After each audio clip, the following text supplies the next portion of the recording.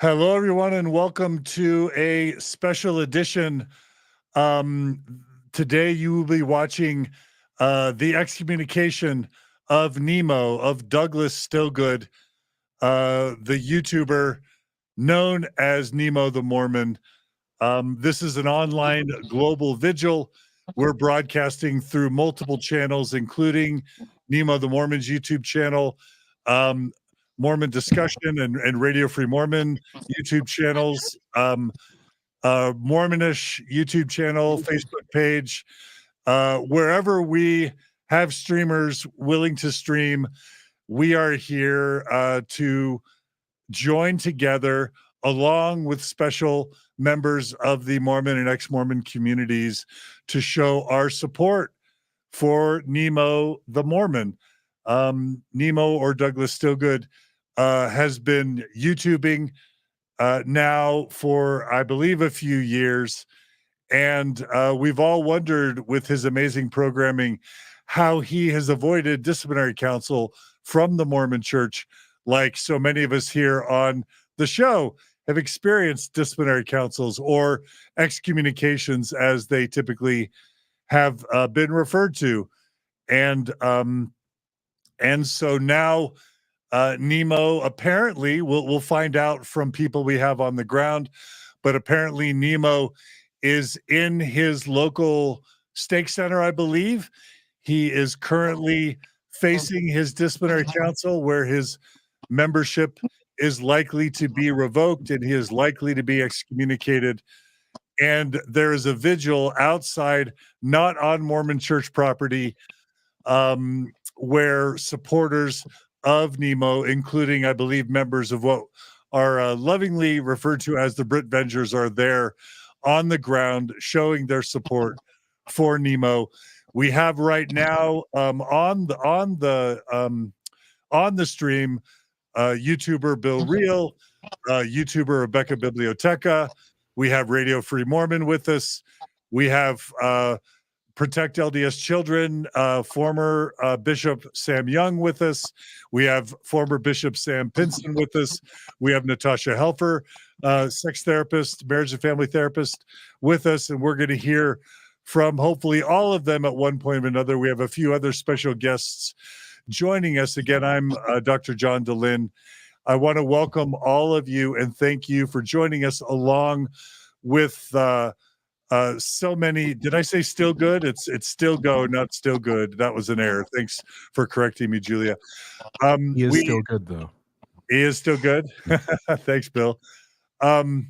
We hope to get to all of you and others today. We want to welcome our live audience who has joined us. Looks like we have over 1,500 people that have already started joining us, and we imagine that number is going to grow over the next couple hours. Let us go ahead and begin with Ruth Heath. Ruth is our correspondent, our woman on the ground. And Ruth, if you don't mind, can you just sort of catch us up on what we've missed, what you've seen, and what the setting looks like there in the UK, starting with what city you're in? Yeah, so we're in Reading in the UK. Hi to everybody. You join us in my car.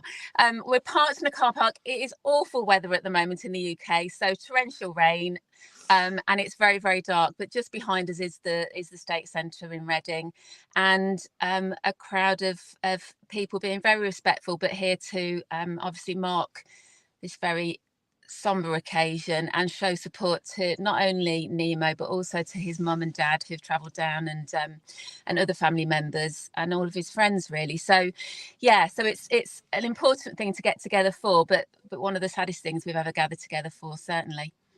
Absolutely. Okay, so thank you for being willing to broadcast there live on the ground. Thanks for being willing to report to us. So you're saying that Nemo, I'm assuming his wife is there, correct? Yes, she is. So his wife's here as well. They went into the chapel at about 7:30, and he seems as okay as he can be, really. But yeah, he's gone in. It was made very clear to him that they didn't want anybody else to go onto church property, which was fine. But so just him and his wife have entered the chapel, and I believe his mum has been able to go in as well. So this is Sarah of 21st Century Saints. Hi everyone. Hey, Sarah. Welcome. Thank you for joining us. No, you're welcome. It's really good to be, and it's fabulous this is being live streamed because we need some attention to this. We need people to understand what's happening. Just to let you know, I brought Nemo's mum up tonight, drove her up here. We got to the chapel gates and they were kind of quite firmly locked up, and 2 people were there on the gate on sort of gate duty, and they asked who we were. So I explained that I brought Nemo's mum and she had been invited to be present in the chapel this evening, and they allowed me to take the car into the car park to drop her off. I spoke to them and said, you know, we've had a really long journey of just doing 3.5 hours to get here. Can I use the toilet before I leave? I said, and I assure you that I will leave straight away because I appreciate you don't want people in the premises. They were very friendly, very welcoming, and they said, yep, come in, no problem at all. They let me do that. They've given me a phone number to call if I need to go back for any reason to collect Nemo's mum at all for any reason during the evening. They took us into the chapel, took us through to the toilets. They've got a table laid out, which they put some drinks and some snacks for people that were attending there. So there was a lot of attempts at people being very friendly, very kind, very welcoming. As we went through to the ladies and then came back out through the room, and Nemo walked into the room at that point. Just I believe we've lost. I believe we've lost the audio for you guys. I'm not sure what happened. Okay, are we back on I was audio hearing now? it, John. I was hearing it straight through. Okay, shall I carry on?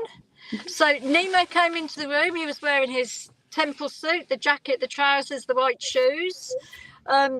He came in, sat down. Somebody made a comment that I actually can't remember what the comment was, but everybody laughed. Something along the lines of, oh, I see how you've dressed smartly or appropriately for this, and everybody laughed.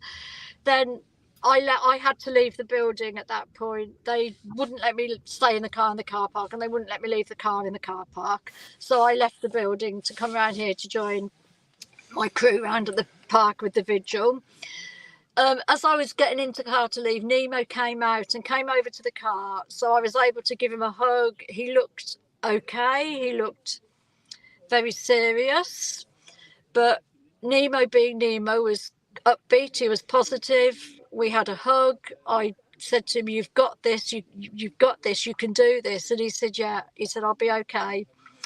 And then off he went, and I had to drive away, leaving him to go in there kind of on his own. And it felt pretty crap to have to drive out of the car park knowing I'd left his mum in there with everything she's going through, and knowing that I'd left Nemo, who has done nothing, absolutely nothing problematic whatsoever, in there on his own. So let's just see what the night brings. Yeah, so we've got quite a few people here, and they'd all be more than happy to come and chat to you and share their thoughts and about what he's meant to them and their journey. So yeah, as and when you're ready, we'll be bringing people into my car to come talk to you guys. Can y'all hear me okay? Yeah. Can y'all tell us how we know that Nemo's parents are Orthodox believing Mormons. Can y'all tell us how Nemo's mom is taking the news of the likely excommunication of her son, if you're able to share? Yeah, I think Nemo's father stepped away from the church many years ago, so he's not actively engaged within the church, but he is here tonight, present in the chapel building to support his son. Nemo's mum, obviously this is a difficult time for her. It's very challenging. She is a very private woman, and I don't really want to say too much, but I think she needs everybody's good thoughts and vibes being sent her way, because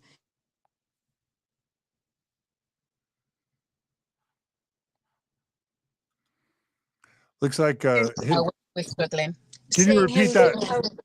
Yeah, it's a really difficult time for his mum as a private woman, a very faithful woman, a woman that serves hard within the church. It's very difficult for her to see a son that she knows to be loving, kind, compassionate, who she describes as scrupulously fair and always thinking of other people, and honest. She says, you know, those are the greatest traits of him, is his fairness and honesty. And it's very difficult for her to see him going through this tonight. Thank you. Thank you so much for being willing to share. Having you all on the ground is meaning the world to this broadcast and to this global audience and to all of Nemo's fans and supporters. So thank you so much.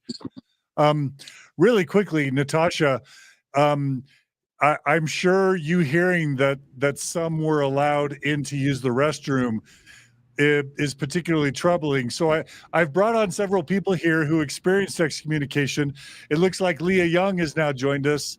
Leah, if you could turn your camera 90 degrees, it'll give us a full wide shot if you're able. If not, that's okay too. But Natasha, can you tell us what your experience was with, well, I guess I'll say this. I was at Bill Reel's excommunication. I was at Sam Young's excommunication. I was at Cody Young's and Leah Young's excommunication.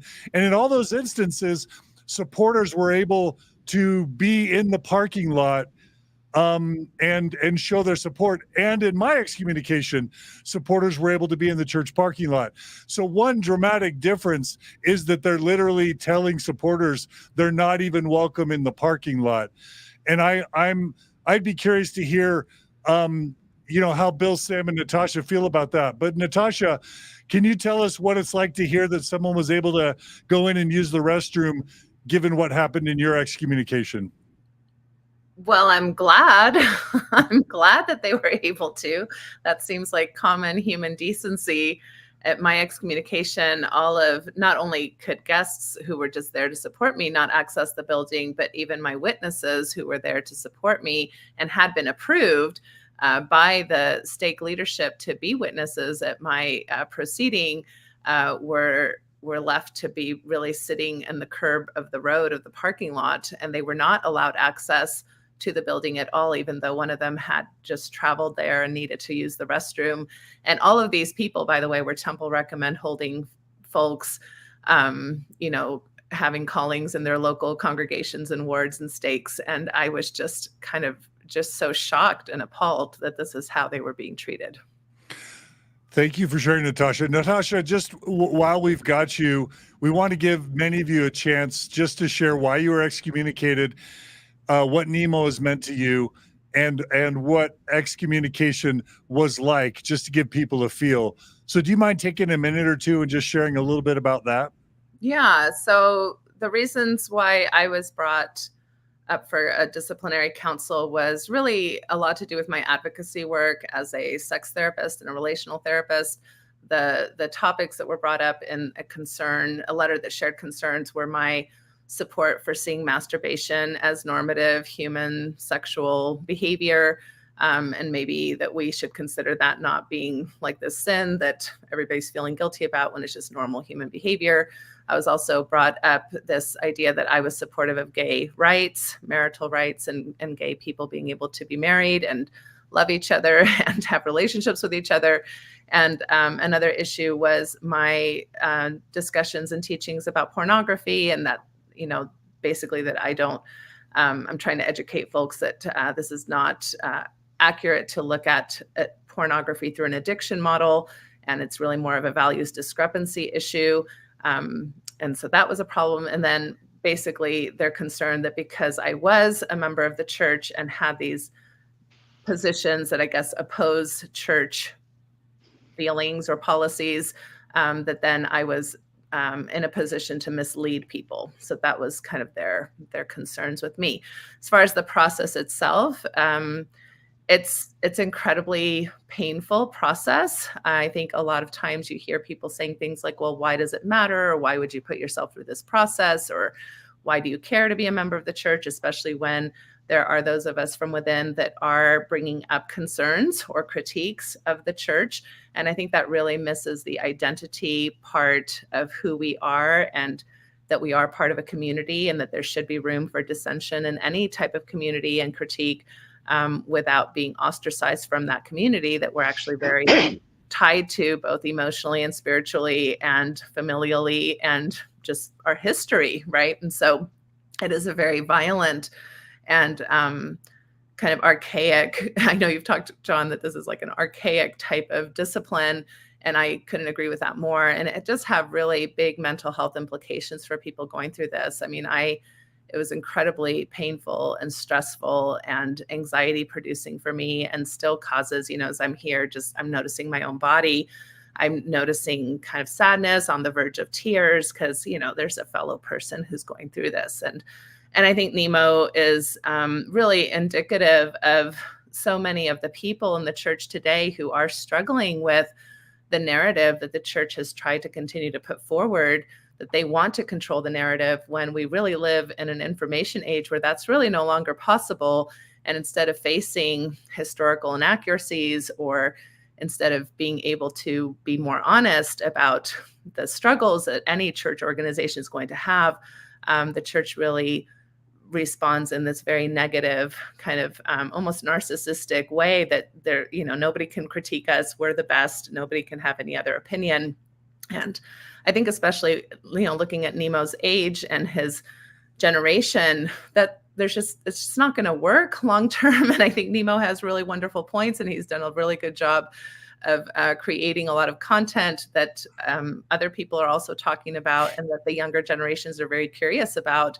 And so this kind of response to accurate information and I think legitimate critique is, I think, an ongoing problem that the Church of Jesus Christ of Latter-day Saints continues to have. Thank you so much for sharing, Natasha. It's so great to have you and to show your support for Nemo. Ruth, it looks like you have someone on the ground. We're going to go back and forth between the people on the ground and people on the panel. Tell us who's with you, Ruth, and what they'd like to say about what they're experiencing there, and how they feel about Nemo. Sure. So this is Rob. Rob is from the Reading Stake and was a former seminary teacher, so definitely a lazy learner. So I'll let Rob speak for himself. Hi guys. Yeah. Good to meet you all virtually. So I used to be in this ward when I was a member. And my wife and I left about 3.5 years ago, and that was around the time when Nemo moved into our stake, and we befriended him and lent our support as members of the stake, we were members still at the time, and we've sort of been supporting him and ever since, really. And so it was always going to be something we wanted to do, to be here to support him and to do what little we can to kind of show that show of strength as ex-members of the church. But I'd say, it's it's quite surreal, because you always hear about membership councils and disciplinaries, but I've never been to one, obviously. And it's quite a barbaric practice, really, isn't it? It's quite a strange feeling to know that that's happening right now, just barely meters from where we are. And it brings up a lot of emotions, because I know the stake presidency well, and I know Nemo well as well, and as a former member, it's evoking a lot of feelings and emotions, about all of this, really. Well, Rob, we really appreciate you showing up to support your friend and to share your perspective. It means a lot. So thank you. No, thank you. Sam Young, I want to bring you on. Sam, it's been a while. You've sort of stepped back a tiny bit. Would just to kind of, I'm guessing, for peace of mind and to regroup after the high cost of your activism and excommunication. Sam, can you tell our audience why you were excommunicated, what it was like to have a vigil on your behalf, what it would be like to them have disallowed people to show up in your support, and anything you just want to say for Nemo and for those listening? Okay, well, first of all, I want to give a big shout out to Nemo. I really appreciate one thing in particular that he's done, and as far as stepping up to help protect children. So Nemo, in concert with 21st Century Saints, and I don't know who else, were effective in getting the church to require background checks for folks working with children. At least that's the way I understand it. And so that's huge. Congratulations, Nemo, and everybody else. How about that? Thank you very much. Now, why was I excommunicated? Well, officially it's apostasy. The absolute worst sin you can commit in the Mormon church is apostasy. You can rape somebody, you can offend, you can harm a child, but apostasy, that's a required excommunication and you're out. So I was excommunicated for apostasy. Now, apostasy is supposedly turning your back on the leadership of the church and the doctrine of the church. That's the way it used to be defined. Well, after my excommunication, they changed the definition of apostasy. It now includes if you oppose a policy, because that is what I was basically doing. Look, leadership's fine. Now, I don't believe that anymore, but the leadership's fine. The doctrine's fine. I don't believe that anymore. But at the time, I said, those are fine, but we have a policy that is harming our children. That is what I'm objecting to. So I was excommunicated for apostasy around trying to affect this policy in the church of bishops and other leaders, not just bishops, taking children all alone behind closed doors and actually asking them sexual questions. That's what I believe needed to be stopped. So there's why I was excommunicated. Now, how did it feel going to excommunication?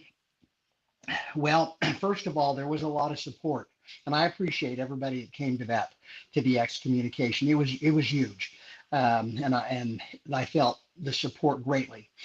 Now, working up some feelings that I felt with regards to the excommunication as the week leading up to it went. First of all, I was highly disappointed in the church that they would call an excommunication council. These are all my friends. I'm speaking about something that everybody should be in favor of. But I was really the disappointment in the church started to build up when I got that the summons to the council. Natasha had temple recommend holding witnesses. Well, I had witnesses, but they weren't temple recommend holding, so they weren't allowed. So I finally narrowed it down to one witness. Certainly this witness, he's an ex-state president, ex-bishop, good friend of mine. In fact, he told me, he said, Sam, good for what you're doing. Somebody needs to stand up for our children. Hallelujah, church leader telling me that. Well, now when it came down to the nuts and bolts of it, I was trying to reach him that week. I got him a few days in advance, and what he told me, I had this deep sense of betrayal. He told me he could not be a witness. I says, look, I don't need you to be a witness that my cause is right. You already told me it was, but I don't need a witness for that. Just that I'm not against the church, but I'm not calling out the church's leaders as crummy people or whatever.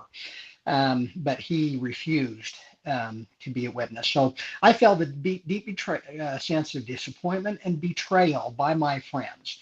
Now, I looked at this excommunication maybe a little bit differently than other people do.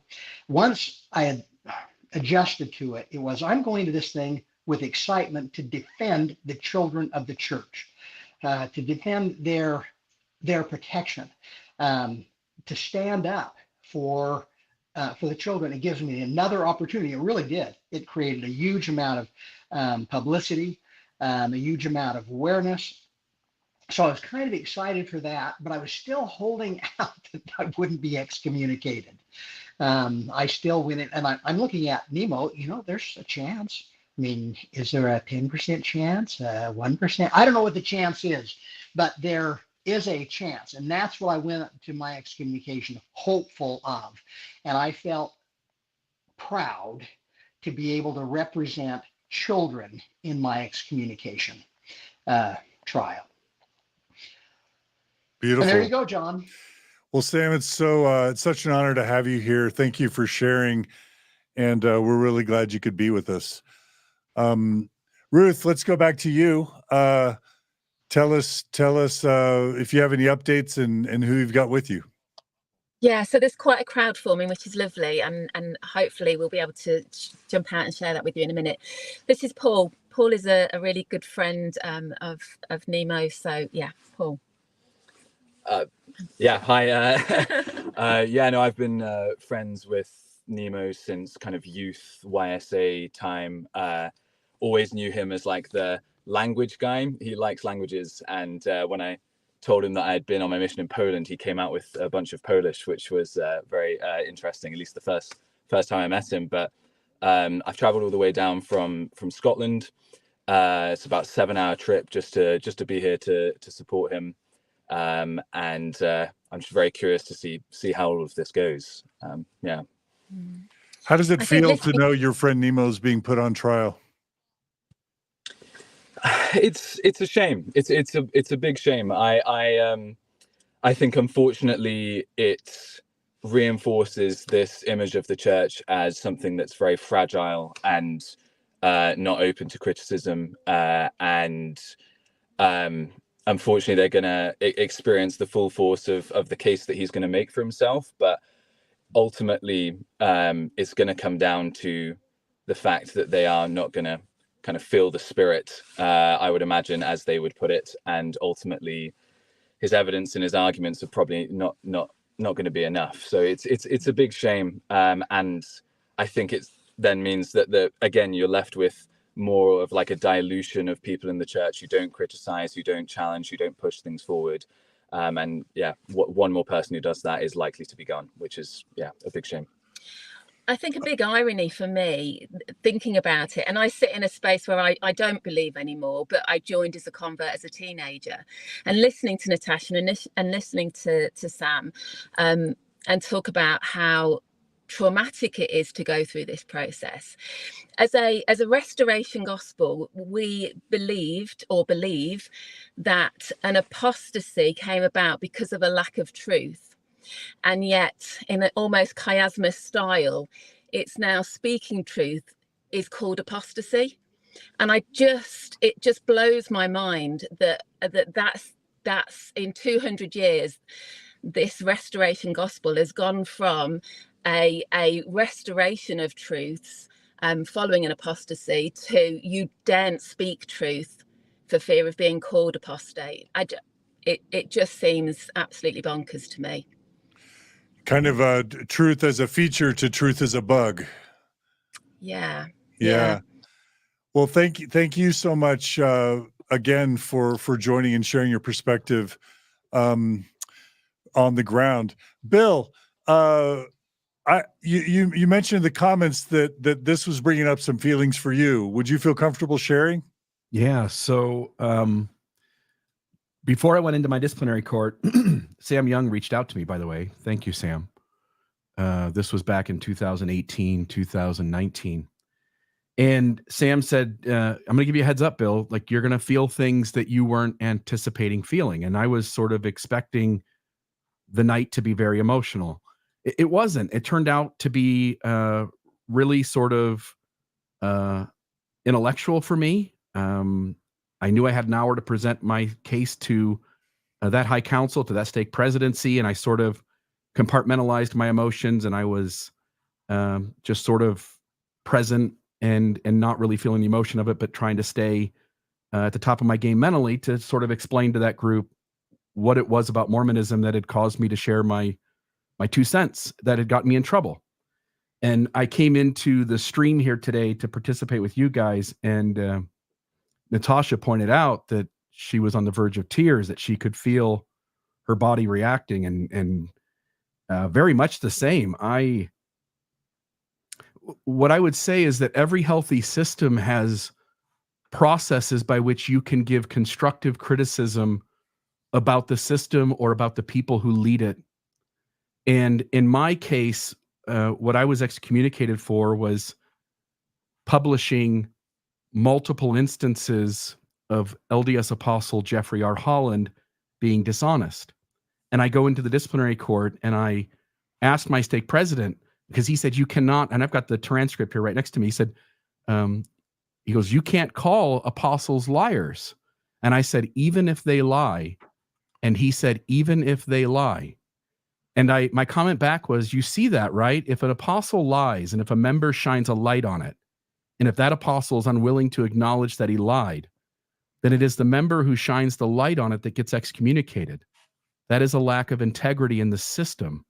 There's no valid recourse for those people to get their questions answered. And so sitting here tonight, knowing that Nemo has been articulate. He has been matter of fact. He has not been near as emotional or polemic as I was.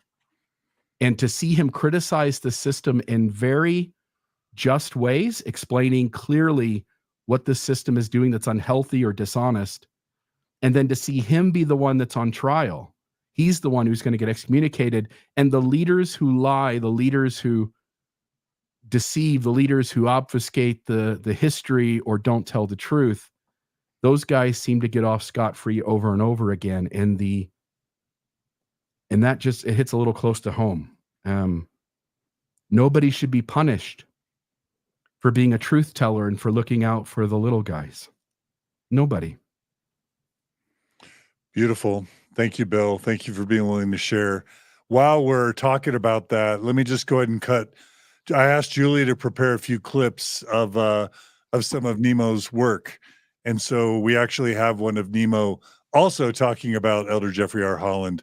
So just to give everyone a sense, if any of you aren't familiar with Nemo's work, let's play a clip from Nemo's channel now. In the temple, I'd been told, he would have sworn an oath to say that he would not pass on what happens in the temple, lest he slit his throat. Is that true? That's not true. That's a lie, Elder Holland. Prior to April 1990, the LDS endowment ceremony contained penalties associated with breaking temple covenants, one of which is a covenant never to reveal certain things that you learn in the temple. I personally, during my own time as a temple worker in the London temple, spoke about these things with older temple workers who had received their endowment pre-1990. As Mitt Romney also took out his endowments pre-1990, he would have made an oath or promise to never reveal the things he had learned under pain of the penalty. Just caught Elder Holland in a bit of a lie there. At a whopper. There's Nemo. There's young Nemo. There's early Nemo throwing down some truth on senior, acting president of the Quorum of the 12, Jeffrey R. Holland. Ruth, it looks like you have a new person on the ground there, a friend of Nemo. Let's go back to you, Ruth. So our last person came down from Scotland. This beats it. We've got Jacob, who's flown in from Switzerland for this today. Wow. Hey, Jacob. Thanks for joining us. Thanks for supporting Nemo. Yeah, it's great to be here. I wish it was different circumstances, but happy to come and support him in this time. Tell us really quickly what Nemo's meant to you, to the extent that you would fly all the way from a totally different country to support him. What has Nemo meant to you, and how do you feel about the Mormon Church choosing to excommunicate him? Well, Nemo's become a friend, so we've known him for a few years. Our family stopped attending church in 2021, and I met Nemo after. But we've become good friends, and to me, it's just another disappointing thing that the church is doing.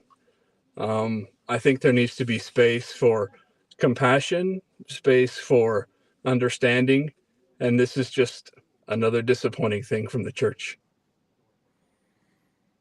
Thank you, Jacob. I can feel the sincerity and the pain in your voice. The fact that you flew there for another country means so much, and we're so grateful you're willing to share your feelings with us today. So thank you. Thanks. Bishop Sam Pinson. I asked Nemo if there's anyone he particularly wanted to be on the panel, and in addition to people on the panel now, he mentioned you.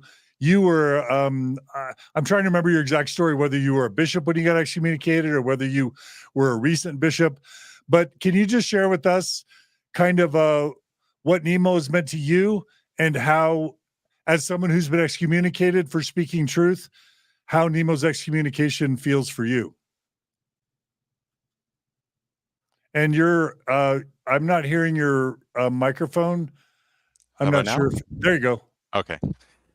I am glad to be here to support Nemo. He is a kindred spirit with his willingness to speak up for the truth online, despite what we're told in the church. It's not the path of least resistance to stand up and be the solitary voice dissenting when around you everybody else is saying, lifting their hands to manifest. So I came to know Nemo through his Mormon story and through his content and his well-researched, well-considered, thoughtful, dispassionate approach that really impresses me and resonates with me. And I feel like a lot of what he's gone through is similar to my experience. So I connect with him on a personal level. My own situation was as a nearly 40-year-old. Sam, let me ask you, push your mic out a little bit from your mouth. We're hearing your breath into the mic, and it'll just be a little more pleasant for the people to hear. Okay, I think that'll work. Go ahead. Thank you. Is that any better? That's better, yeah. Okay. As a nearly 40-year-old, I discovered that the things that I had understood, that I had been taught my entire life were not true, or that's the conclusions that I drew. And so I started sharing information on Facebook and criticizing the church on Facebook. And so I was summoned for a disciplinary council on charges of apostasy. And in my case, hilariously and dishonestly, the stake president cleared me of charges on apostasy and tried to spin the outcome of the disciplinary council as an expedited voluntary membership withdrawal rather than excommunication, which is a lie. That's dishonest. I was excommunicated for telling the truth. And if that's what happens to Nemo, he will join, I feel like it's something that I take great pride in. There's a diversity of views among people who come to learn the things that were hid from us by the church. So Nemo wants to stay in the church. I did not want to, but I support him in that. I hope he gets the outcome that he wants. What a treasure he is, knowing the lies, and he still wants to contribute to and help and reform the church. It's such a shame that the church expels people like that. To quote the Mormon church, quoting Charles Dickens, the church is excommunicating the pick and flower of the church. There are former bishops, former stake presidents, former Relief Society young women's and primary presidents, the four families in the ward who did everything. These are the people that the church is kicking out, chewing up, and spitting out. And I remember for my own experience, it's despite the fact that I did not want to continue my membership in the church, it was a very emotionally draining experience to go with my family. My wife and my oldest daughter and son were there to support me. The proceedings lasted for an hour and a half, and they were ready to go and deliberate. And I reminded them that my wife and family had come to support me and hadn't made a statement. And so they were only brought in to make a statement as an afterthought without having heard anything that came before. It's just a really ridiculous procedure that is not about discovering the truth. And as we know, members covenant not to criticize church leaders. Elder Oaks teaches criticism of church leaders is wrong, even if it's true. It's an unhealthy organization that can't abide criticism. Absolutely.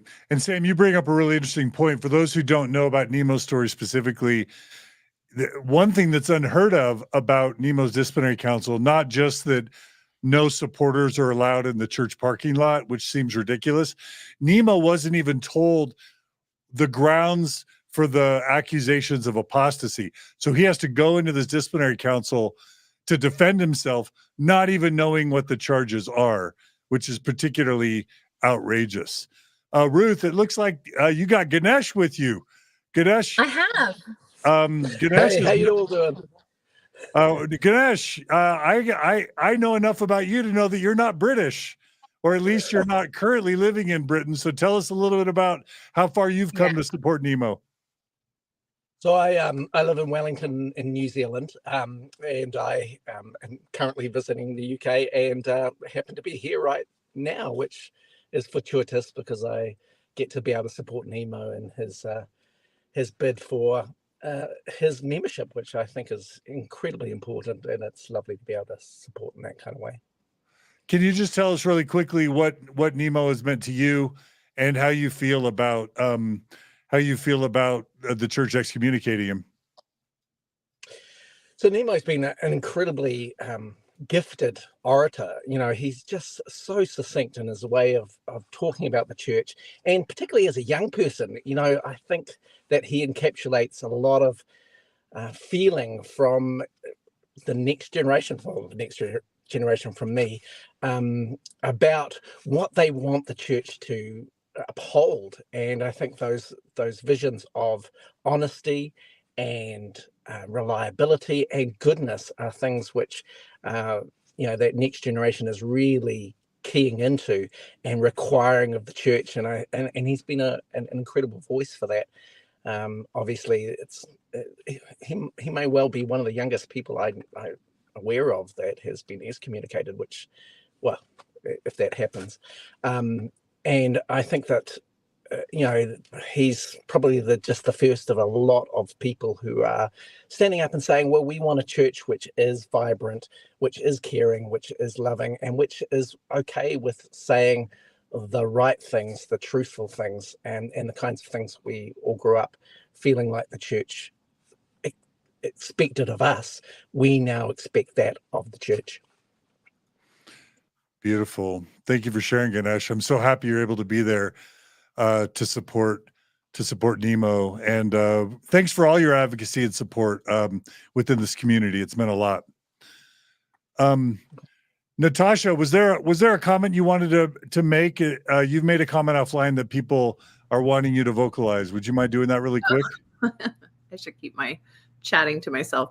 I think that you made the point that he wasn't given the reasons why he's facing this disciplinary council, which is just shocking to me that this is where we're at with kind of the repentance process. I mean, I went through the repentance process several times throughout my membership, you know, and it always included, first of all, a meeting with the bishop and an understanding of what is being repented about, and also what are the paths to atone, right, from your quote unquote sins. And so what I'm noticing is that not only are people they're not being given the reasons why they're in quote unquote trouble, but they're also not being given a path back towards the church. Like, well, if you don't want to be disciplined, or if you don't want to go through this process, this is kind of our expectations of you. And that's something that I asked for multiple times in regards to my excommunication. Well, what are you expecting me to do to be in good graces with the church? Do I need to, you know, rescind my profession? Do I need to take down my blogs? Do I need to give a public apology? Like, what are the expectations that the church has in order for me to remain in good standing? And I'm not saying I would have been willing to necessarily do some of those things, but I was never given a path towards being able to stay, or to even know what my repentance path would look like. Yeah. I can tell you, thank you for sharing that, Natasha. I can tell you from my experience, I was told I had to take my podcast down and never again speak publicly on behalf of LGBT people or women. And as a graduating psychologist, that just felt unethical to me on almost every possible level. So that just wasn't going to happen. Let's go ahead and share another clip from Nemo's wonderful podcast. This is one of my personal favorites. It's Nemo talking about nepotism in Mormon leadership. So let's run the clip. That President Ballard has a direct relation with Hiram Smith and Joseph F. Smith. Hardly anybody. I don't think anybody besides us has ancestors that were apostles that are in the 12. It's certainly not a requirement. at all. I'll promise you that. As we're about to see, it is not just Ballard and Cook in the current Quorum of the 12 or First Presidency that have ancestors that were apostles. Henry B. Eyring is the nephew of Spencer W. Kimball, 12th President of the Church, who himself was the grandson of Heber C. Kimball and the nephew of Joseph F. Smith, who was the nephew of Joseph Smith. Henry B. Eyring is the fourth generation in a line of nephews called as apostles coming directly from the prophet Joseph Smith himself. So that's just a small example of Nemo throwing some truth bombs. Let me go ahead and get some super chats, kind of some super chats in the mix. We have a lot of people making comments. Shout out to my old friend Karen Fifield for her super chat. We have Tom Trails saying, Jammy Dodger comfort food budget for all their respect to Nemo. That's an insider joke because we know that Nemo loves to bring snacks and treats into his YouTube videos. Thanks, Tom Trails, for whichever channel that's streaming this received that super chat. B. Gadianton Kamaroth says, I'd like to dedicate a Sid Phillips Toy Story meme in Nemo's name. The church is just like Sid shouting whatever apostates are saying isn't true. Gabrielle writes, Nemo, we're all here to be supportive of you as a person and a public figure. I'm here with criticism for the way the church is handling the situation and their system of excommunication as a whole. Starkiller 1423 writes, finally, I'm not shocked someone who doesn't believe the Book of Mormon and only stayed in the church to sabotage it from within was X'd. Maybe a little bit of sarcasm there, perhaps.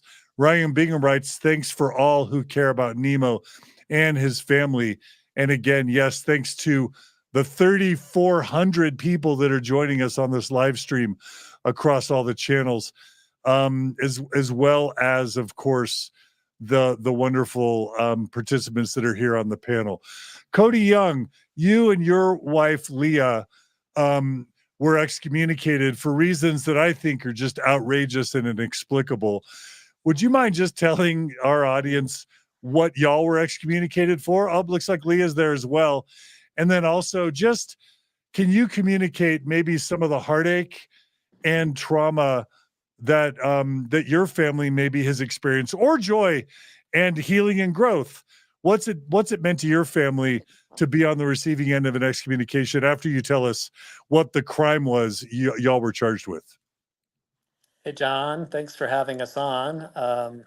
It's a pleasure to be amongst this group of people. Yeah, so in 2018, our family left the church, and shortly thereafter, we went in the summer of 2018 to a Mormon Stories retreat, and just felt so loved and supported by the people there, and had a desire to kind of have an in-person support group where we were living in Columbus, Ohio. So we started a support group. It was an online Facebook group with some in-person meetups just for people locally in Columbus in the Central Ohio area, because we figured, well, if they're, if we were struggling, if we were feeling lonely, having lost friends and support locally, there had to be others. And so we did that, and it grew in popularity over the following months. And that was concerning to the church, as we came to find out. And Well, actually, there's a part of this. So we actually naively sent a letter to. We actually told them about the support group. Do you remember that? yeah, We had no idea that it would be a problem, and we were trying to support all these people, and they were struggling, and we thought, well, surely, in our naivety, we thought, well, surely the leaders would want to help these people. I mean, they're struggling in their marriages, they're believing children who are adults won't let them into their lives. Like, this is really sad, hard stuff. So we actually wanted to include the leadership in our stake and say, like, come help us support these people. Just, love them, listen to them. So we were actually the ones who told them about the support group. yeah. So they brought us in, and in the meetings leading up to our hearing, that was the discussion. We were told that we had to disband the group. We were asked if we were starting a new religion. All these weird questions about the support group. We told them we were not going to disband the support group, that it was just that, a support group of friends and people in similar situations. And they said, well, if you don't disband the support group, then we're going to have to hold a council, a membership council. And we said, okay, we're not going to disband the support group. And so then we were called in, and the accusations changed once we got in there. There wasn't much talk about the support group, really. It was all about our speaking out on the podcast, having done the Mormon Stories interview with you, and how we were, basically apostates because of that aggressive action that we were taking and telling our Mormon story and our experience.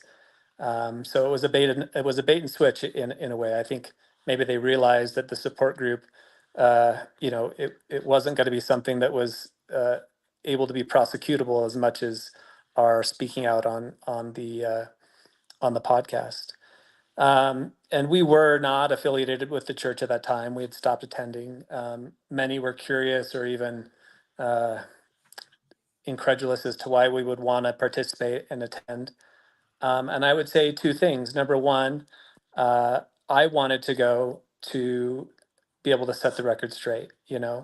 There's this, when someone's excommunicated in the church, of course, nothing is said as to, well, at least not in our times, nothing is said as to why that happened. And so there's the members are left to wonder, maybe one of them was unfaithful, maybe they were embezzling money, whatever it was. The members are left to wonder. And I wanted the record to be set straight and to do it in a public way so that people would know, why we were being excommunicated, because we were we had formed a support group just to help others, to do the kind thing, to do the loving thing to people in our situation, which is, of course, what the church taught us to do since we were young. Can I pause because I have to say goodbye? Yeah. I'm so sorry. I actually have to go hop on a coaching session to support transitioning people who are navigating the transition. So I just wanted to come say hello. Yeah, sorry I can't be here, but I just wanted to pop in between sessions and say hi. All right. I'm sure you're sending Nemo all your love. Yeah, all of our love your way. Absolutely. Much love. Okay, bye-bye. Thanks. Cody, sir. Spend 30 seconds telling us how difficult and traumatic excommunication can be on family members. Then I want to check in with Ruth. Yeah, absolutely. I think it's terribly aggressive to Nemo's believing family and friends. It's one thing to have a son or a family member or a friend who has some liberal views or who doesn't believe in the church, who's just inactive. And it's an entirely different thing as a believing member to have a son or a friend who is an excommunicated apostate. That's the reason I didn't want to be excommunicated, was because of my family. I didn't want my father to mourn his apostate son. I wanted him, to just have an inactive son, but to have an apostate son is an entirely different situation for him. And I didn't want him to have to go through that. And I feel really bad for Nemo himself, but also for his believing family and friends. Thank you so much for joining us, Cody. And for sharing some very difficult things along with Leah. Ruth, did I see Julian jump in there, or who was it, and why'd they leave? And give us an update on what's going on the ground. It was my husband, which is Richard, who looks a lot like Julian. Okay. But, not Julian. So Richard is running around with pockets full of jammy dodgers for all of the people that are here, and he is on Nemo watch. So as soon as Nemo steps out of the chapel, he's going to go grab him and bring him here so that he can come and talk, and hopefully he's not going to be too overwhelmed to be able to share how he's feeling. But so we're expecting him to be coming out at any moment. The majority of people are now waiting at the front of the chapel, obviously not on chapel grounds still, but at the front on the street side to be there to see him as he leaves, and to hopefully add support to him and his family as he comes out the chapel. Beautiful. Okay. Thanks for keeping us updated, Ruth. We have some more super chats I'll share. These are going to the various channels that are broadcasting. Ryan Dickinson writes, discovered your channel only a few months ago. Never Mo, but always interested in religion. Best friend is Mormon. Thank you for all you do. Wishing Nemo all the best. Thank you, Ryan, for that support. Doug Vincent writes, Nemo, Just keep swimming, swimming. I believe that's a Disney Nemo reference. We love that. Ladrak1 writes, I feel for Nemo. His videos on his channels and his contributions on LDS discussions were instrumental in my deconstruction. Thank you so much for sharing, Ladrak. I am just one mom writes, Nemo only speaks the truth, a hero, not a villain. Victoria Perry writes, I'm not an ex-mo. I'm an ex-evangelical who deconstructed her faith because of my church covering up abuse. My sympathy is with all of y'all. And I think it's just so interesting that Mormons and ex-Mormons are helping out members of other faith communities in high demand religions. Sentient Dreamer writes, so the church is willing to extort one soul for compliance, spiritual blackmail for compliance, and Oaks wants more of this. And that's referring to a recent report by Radio Free Mormon that we'll bring him on in a second to discuss what he knows about the church wanting the second highest ranking Mormon leader apparently wanting to increase and not decrease these disciplinary councils. We have Aaron Himes writing, there are active members who support the panel in general and Nemo specifically during this times. That's fantastic to know, Aaron. Thank you. Liz writes, so many beautiful souls on this planet. Y'all have helped heal my religious trauma. Thank you for your hearts and your integrity. Sending love to Nemo. Just a couple more. The Last Goonie writes, Tennessee is here for the jammiest Dodger of them all, Nemo the ex-Mormon. That's so fun to have Tennessee representing. And then Holly Kirby writes, at least Nemo will be in good company. And I would say, and I'd be curious if the other excommunicants here would agree, that being excommunicated for apostasy in the 21st century puts you on the right side of history and turns out to be an honor of standing for marginalized communities, the disenfranchised, the traumatized, and or for truth and justice versus some type of mark of shame. Before we go to you, Radio Free Mormon, let's go back to Ruth Heath, who has another friend of Nemo on the ground. Yeah, so this is Glenn, our second Kiwi of the evening, who's travelled not quite so far as from New Zealand in this journey. But yeah, Glenn, do you want to talk about how you feel about Nemo and how he's helped with your journey? Hi, Glenn. Hi, John. Lovely to meet you and everyone else. Lovely to see you all. It's just fantastic to see the support around Nemo at this, I suppose, hour of need. It's amazing to think that someone is getting in trouble for telling the truth, and it's amazing to think that in any normal organization, if you had a whistleblower that was trying to make things better, you would be listening to them and trying to heed their advice and try and make the organization better from the inside. But clearly, when you're in a high demand religion, having dissenting voices is not always practical. And so we're seeing a somewhat of a scapegoat move being made against him. But yeah, so we're just here to support him. We're here to give him our love and let him know that we care for him, that we treasure the work that he has done, and we hope that he will continue to have the fire and the motivation within him to continue to do it. And I suppose from my perspective, I've been really impressed with Nemo, how he genuinely has a love for the church, and he is genuinely trying to improve things from the inside. And so he's not being malicious or anything. He's just trying to speak the truth and make improvements. What an articulate advocate and support for Nemo. Thank you, Glenn.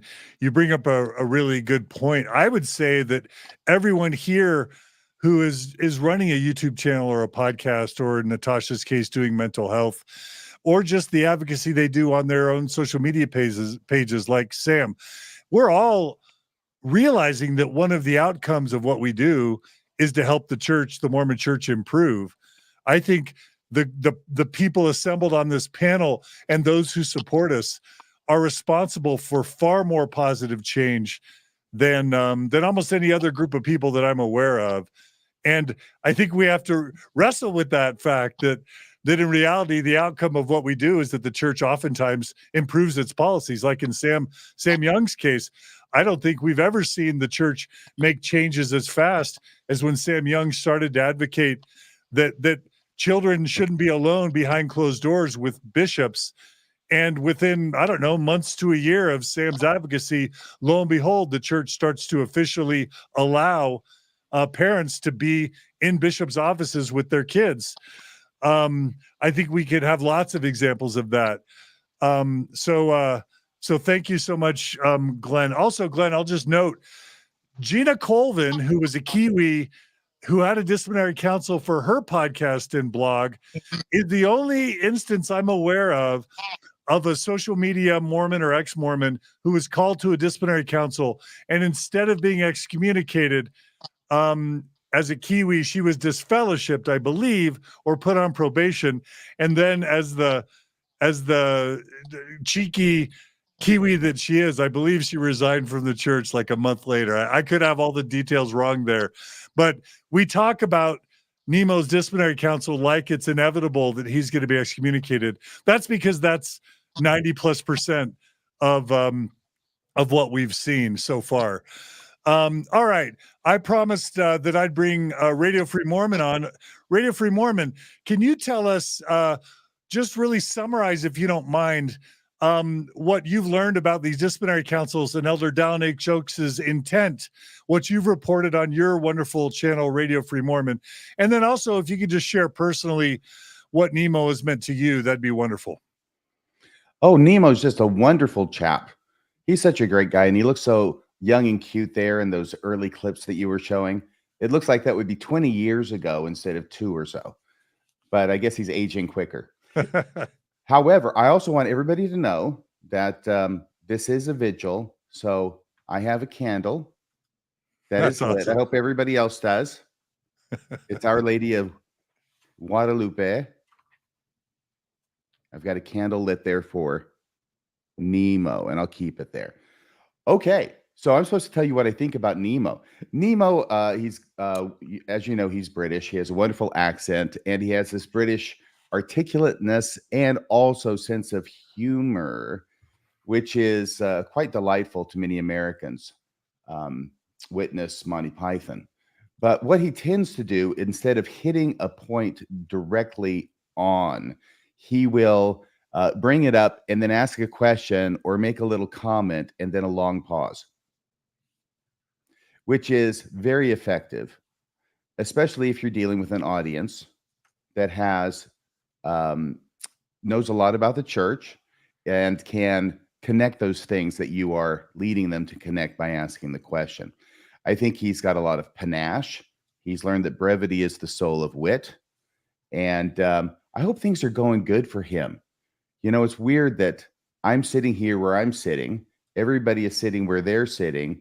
And Nemo is inside the building over there in Reading. And well, let's see. This has been going on for an hour now. When it started, he had been inside the building for half an hour. Is that correct, John? Yeah. Yep. He went in around, I believe, 7:30-ish UK time. So I think he's been in there for an hour and a half, if I'm counting right. Does that sound right, Ruth? Yeah, that does sound right. So is that a good sign or a bad sign? What do we think? Oh, I don't know. I was just trying to calculate, because I think that obviously there's going to be, you know, greetings and so sorry it's come to this all around. And then afterward, it's going to take some time for him to be released. We don't know whether there will be a decision reached as of this evening that he'll be able to bring out to us. By the way, John, some people have been asking in the live chat. I wanted to ask you, the plan is for Nemo to come outside, maybe sit in the car with Ruth and debrief us, right? That is correct. We've asked Nemo, as soon as he comes out, before he goes and speaks with a camera crew, to just tell us kind of how things went. So that's coming. Thank you, RFM. Yeah, John. So the first 15 minutes, though, because it was already divided up in the letter, 15 minutes for the church and then 45 minutes for Nemo, right? I think so. Yeah. Which is an hour. Yeah. Which means that was half an hour ago. Yeah. So obviously there's other things that happen. And I think that Nemo's 45 minutes include people saying things on his behalf, etc. So he might be coming out any time now. I think any minute is what we're looking at. By the way, I've got to ask you, everybody, we've got 9 squares. When I see this on my screen, I'm in the center square. Does everybody else see themselves in the center? Now I'm over here on, wait a second, what happened? Okay. All right. So was I in the center square? You were briefly. You were. Really briefly. Put me in the center here. There I am, right? This is why I'm feeling like Paul Lynn today. All right. RFM, do you want to just summarize really quickly what you've learned about Elder Dallin H. Oaks and what he's been urging leaders? Yeah, when Sam Pinson said, I feel like going to Sam Young to block. But when Sam Pinson said that what was going on with Nemo reminded him of something from Dickens, I thought he was going to say, instead of what he said, which is just beautiful, by the way, I thought he was going to start with Nemo was dead to begin with, because he may be. This may just be a fait accompli, and it probably is, frankly. So about Dallin Oaks. Just really quickly, because I want to go to Samantha Shelley. Oh, why don't you go to her right now? No. Dallin Oaks. Just give us a quick summary. Dallin Oaks has given some leadership training with slides, etc., saying that until faithfulness improves, the flogging will continue until morale improves in the church. So he's going to be upping the number of excommunications. I don't know if this is something that really is why it is that Nemo is getting this church disciplinary council now. I don't know if there's a connection. There seems to be very close proximity in time between the two. So a lot of people are thinking that, and we'll see what happens. I had heard from Rebecca Biblioteca. Hey, Rebecca. Yeah. Thank you. Rebecca, I had told a story that you had told me about 3 men coming to the house of Landon Brophy, your co-host on Mormonish. That's right. And knocking and apparently wanting to get in. And then when they left, because nobody answered, and they brought 3 guys because they know that Brophy packs heat, right? You know, he's ex-military, so be careful. And then they left. They didn't go on to the next house. They just went to their cars. They drove away. Drove off. So it seems to have been a trip by motor vehicle specifically for the purpose of knocking on that door. They really wanted to talk to Landon. Anything since then, Rebecca? No, he's been laying low. So it's a question. If they can't find you, can they deliver a letter? I'm not sure. But yeah, he doesn't know what that was about. They definitely did not leave anything on the porch. We can't, like a flyer for solar or something. We can't think of any other reason why 3 grown men on a Monday night would stop by. So I don't know. Stay tuned. So Rebecca, are we suspecting that Landon might be up for a disciplinary council? Yeah, that's what we're wondering, if they were trying to deliver something. Yeah. Got it. It seems very suspect. So we'll see. Got it. Okay. Because Landon's really the most obnoxious podcaster who hasn't been excommunicated by yet. far. That's what I think. All right. Beautiful. Thanks for the update. And we'll come back to you, Rebecca, and RFM in a bit.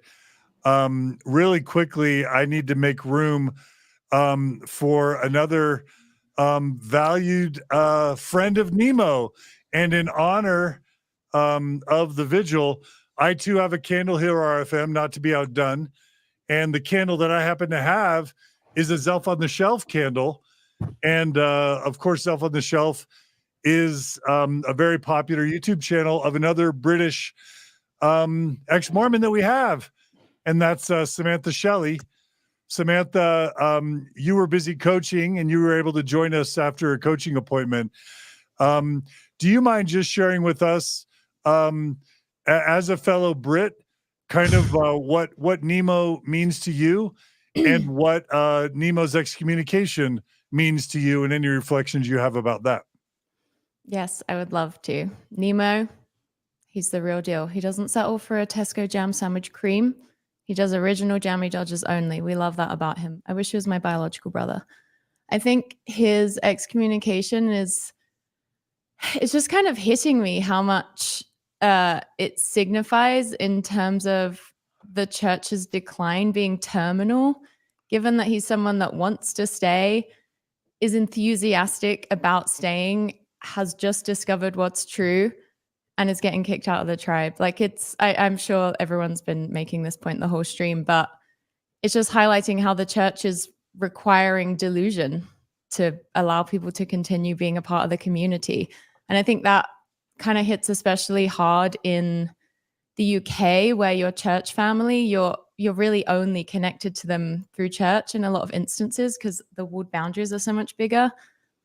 So yeah, I guess it's kind of both chilling and sort of hope inspiring that they're laying down the law in terms of requiring delusion to allow people to keep being a part of the organization, because people are not going to be able to do it, you know? Like it's not a good sign for everyone else who looks to Nemo, who's, you know, in a doubting phase, or yeah. Is this kind of what you wanted from me? Are we supposed to give Nemo more compliments?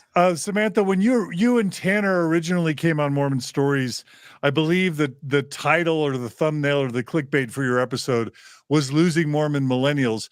I don't know if Nemo's technically Gen Z or millennial, or if he's a zillennial. Well, we're the exact same age. Okay. You and Nemo are? No, we're not. We're just Oh. Sorry. Can you just really quickly tell us what Ex-Mormon YouTube has sort of your perception of what it's meant to the zillennials within the Mormon Church?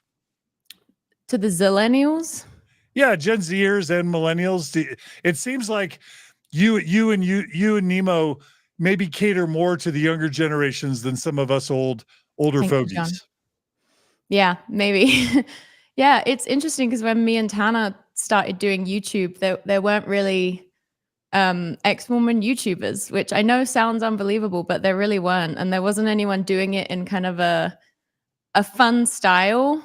I'd argue that Nemo has, I mean, he's gone way beyond and evolved the style to be more palatable, in my opinion. But it's kind of new to even have, like, it's only the last 10 years that people have even been sort of proudly either ex-Mormon or questioning the church's truth claims or anything like that. So I feel like it's easy to forget how new it is to have access to people on YouTube putting their faces out there. You know, before that we had anonymous blogs and yeah, people just couldn't really put a face to it because it was so costly socially. But how much it must have normalized the whole thing to have people like Nemo on the internet. Yeah, it's cool. It's cool to see. It's cool to be a part of. Yeah.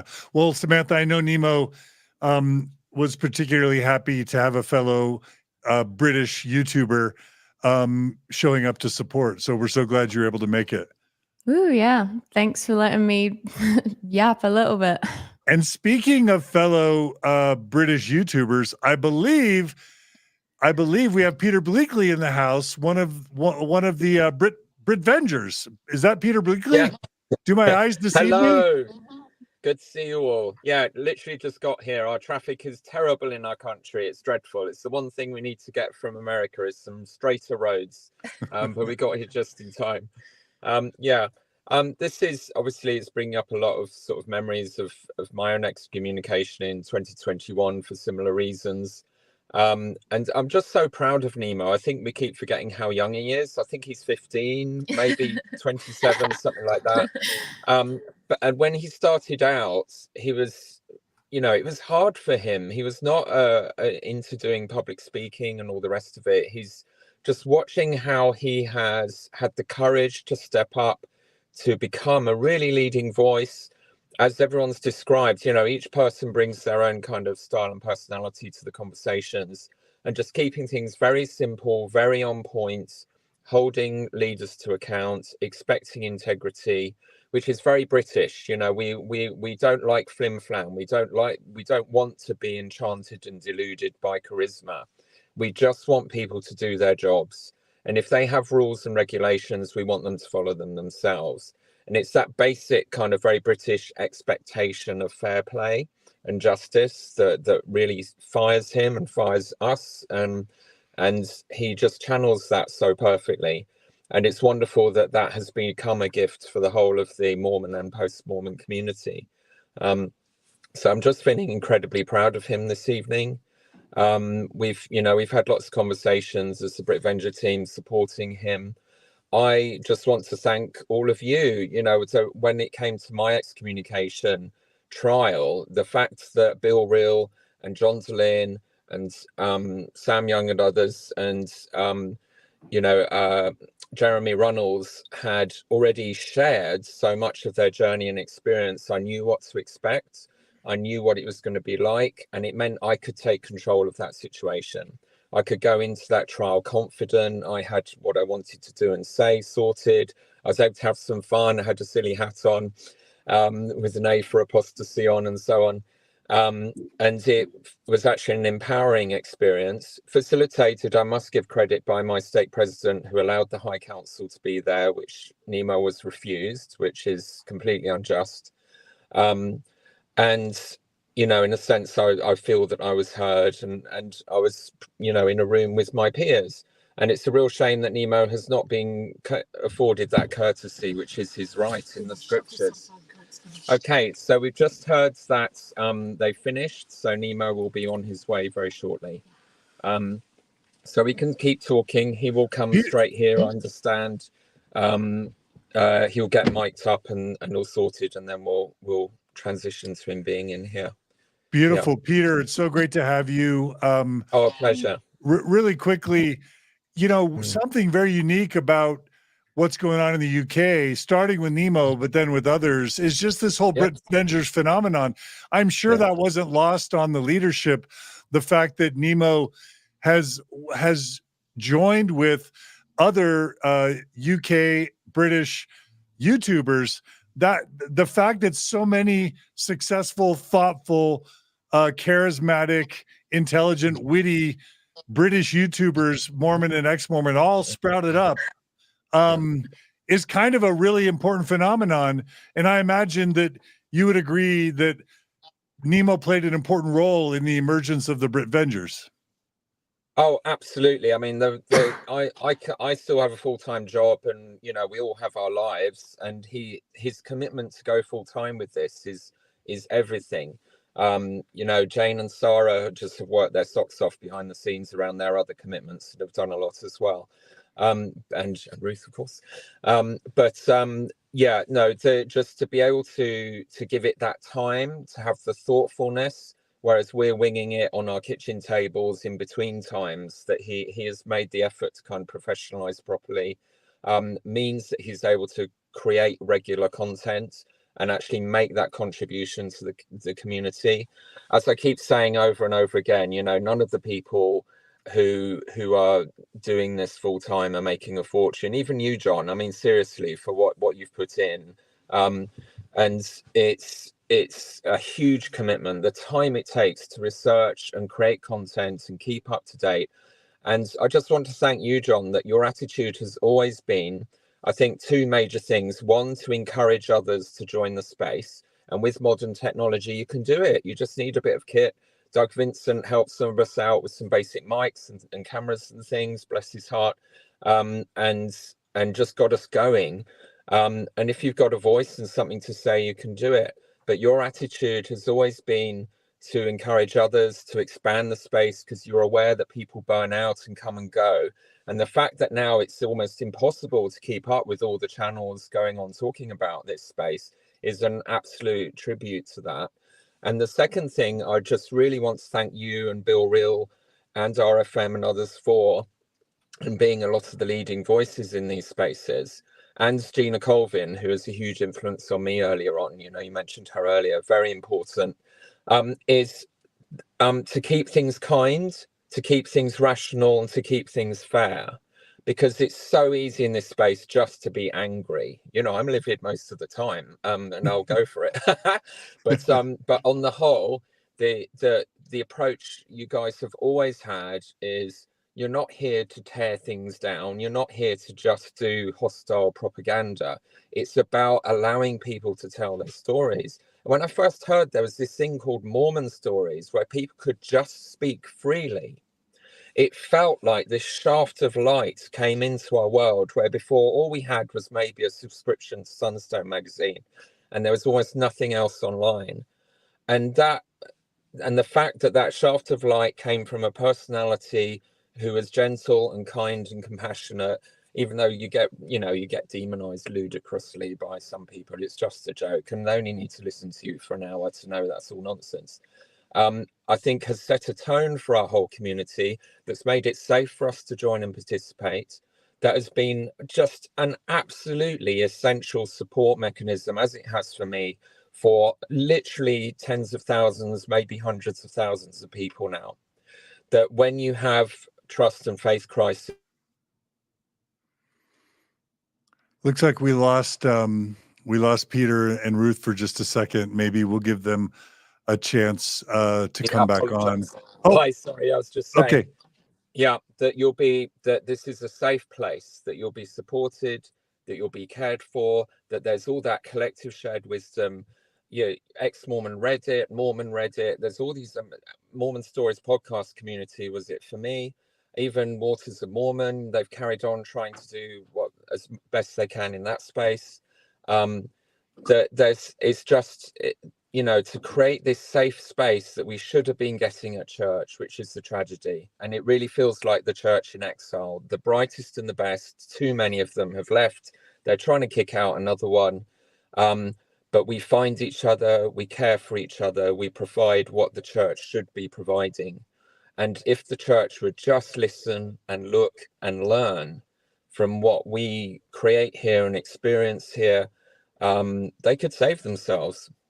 They really could. They could be transformed. And that's the tragedy, rather than seeing us as the enemy. And And Peter, your YouTube channel, Mormon Civil War, just was such an incredible example of a committed member genuinely trying to improve the church from within. Some of the most thoughtful content I've ever seen in the Mormon content space came from you. So I just want to return all that goodwill and all those compliments right back to you, Peter. Oh, thank you. That's really kind. Thank you. And thank you. Couple other quick things.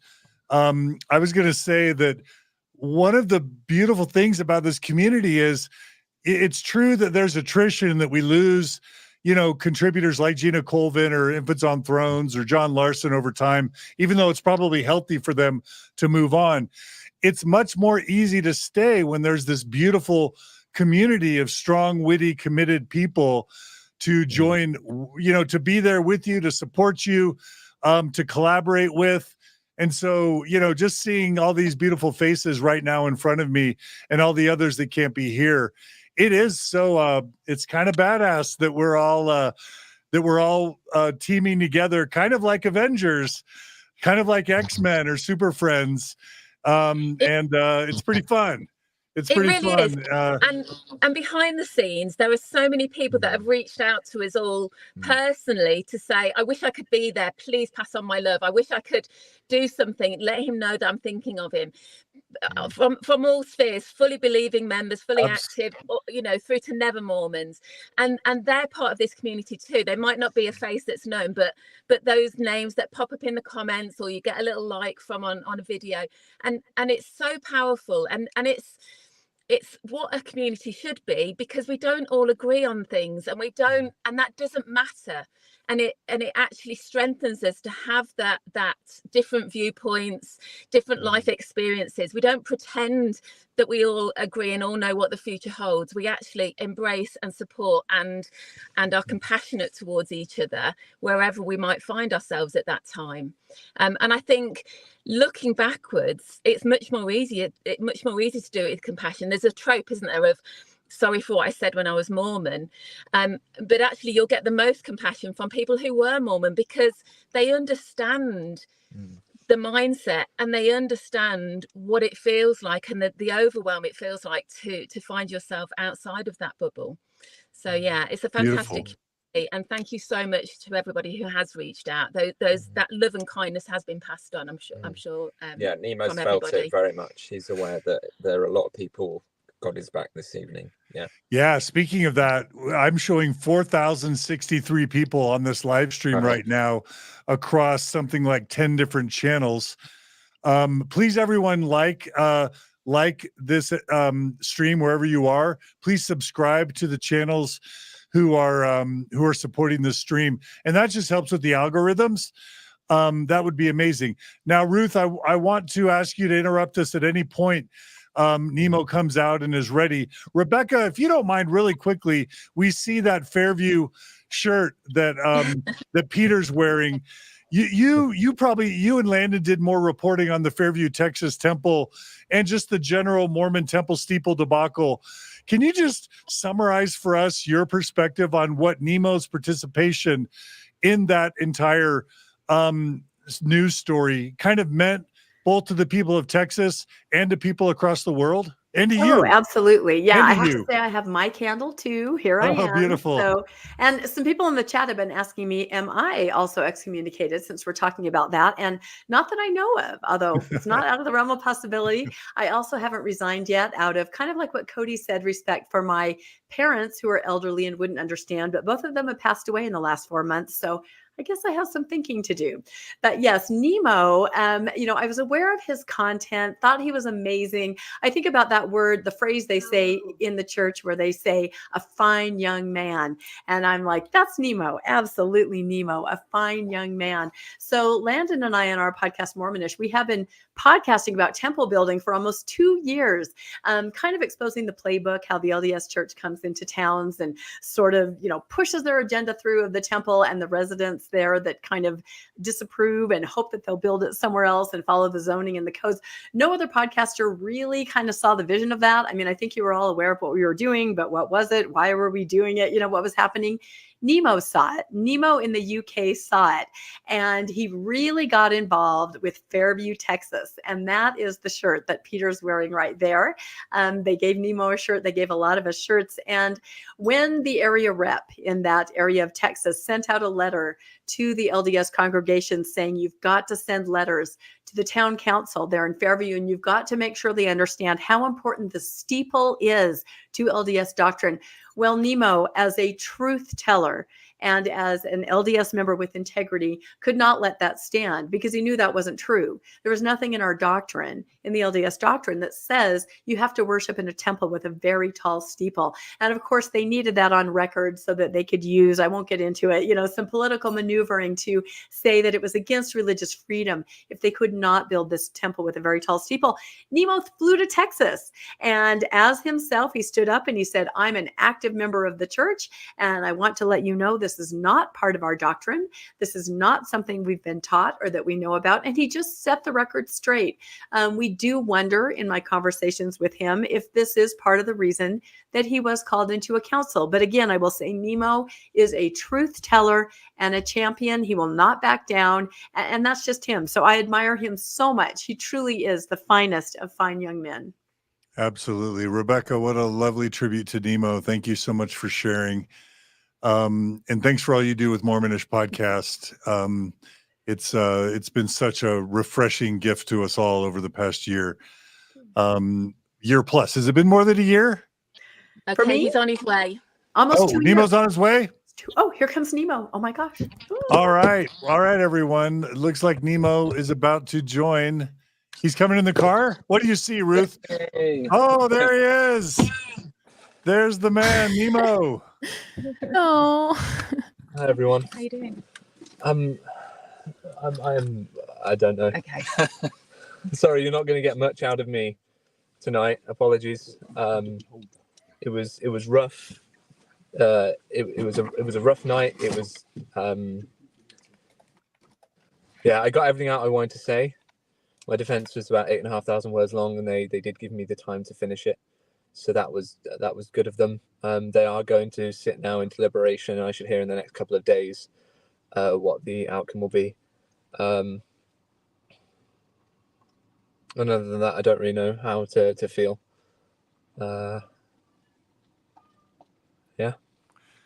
Nothing prepares you for the emotions.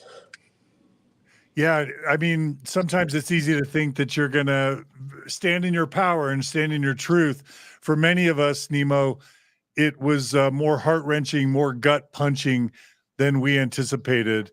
Is there anything you can share about the emotions of it all? Well, you all tried to warn me, and my bluster has brought me this far. But I think I do need a couple of days to reflect. It'll be difficult awaiting the decision, but particularly once the decision's there, I will be taking some time to reflect on it and look at what the future holds for me. Yeah. I know you're going to be also interviewing, I think, with another crew in just a minute, and you may want to save some of the story for them as first dibs. Are you able to share anything about the charges or not? Not at the moment. I want to make sure I'm fully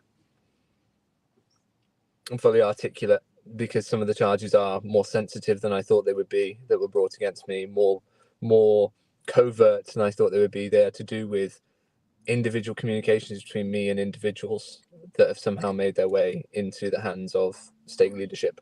And so I wasn't prepared for that. And I feel I managed to defend those communications, but I don't want to say any more about them because they are, personal between me and an individual. And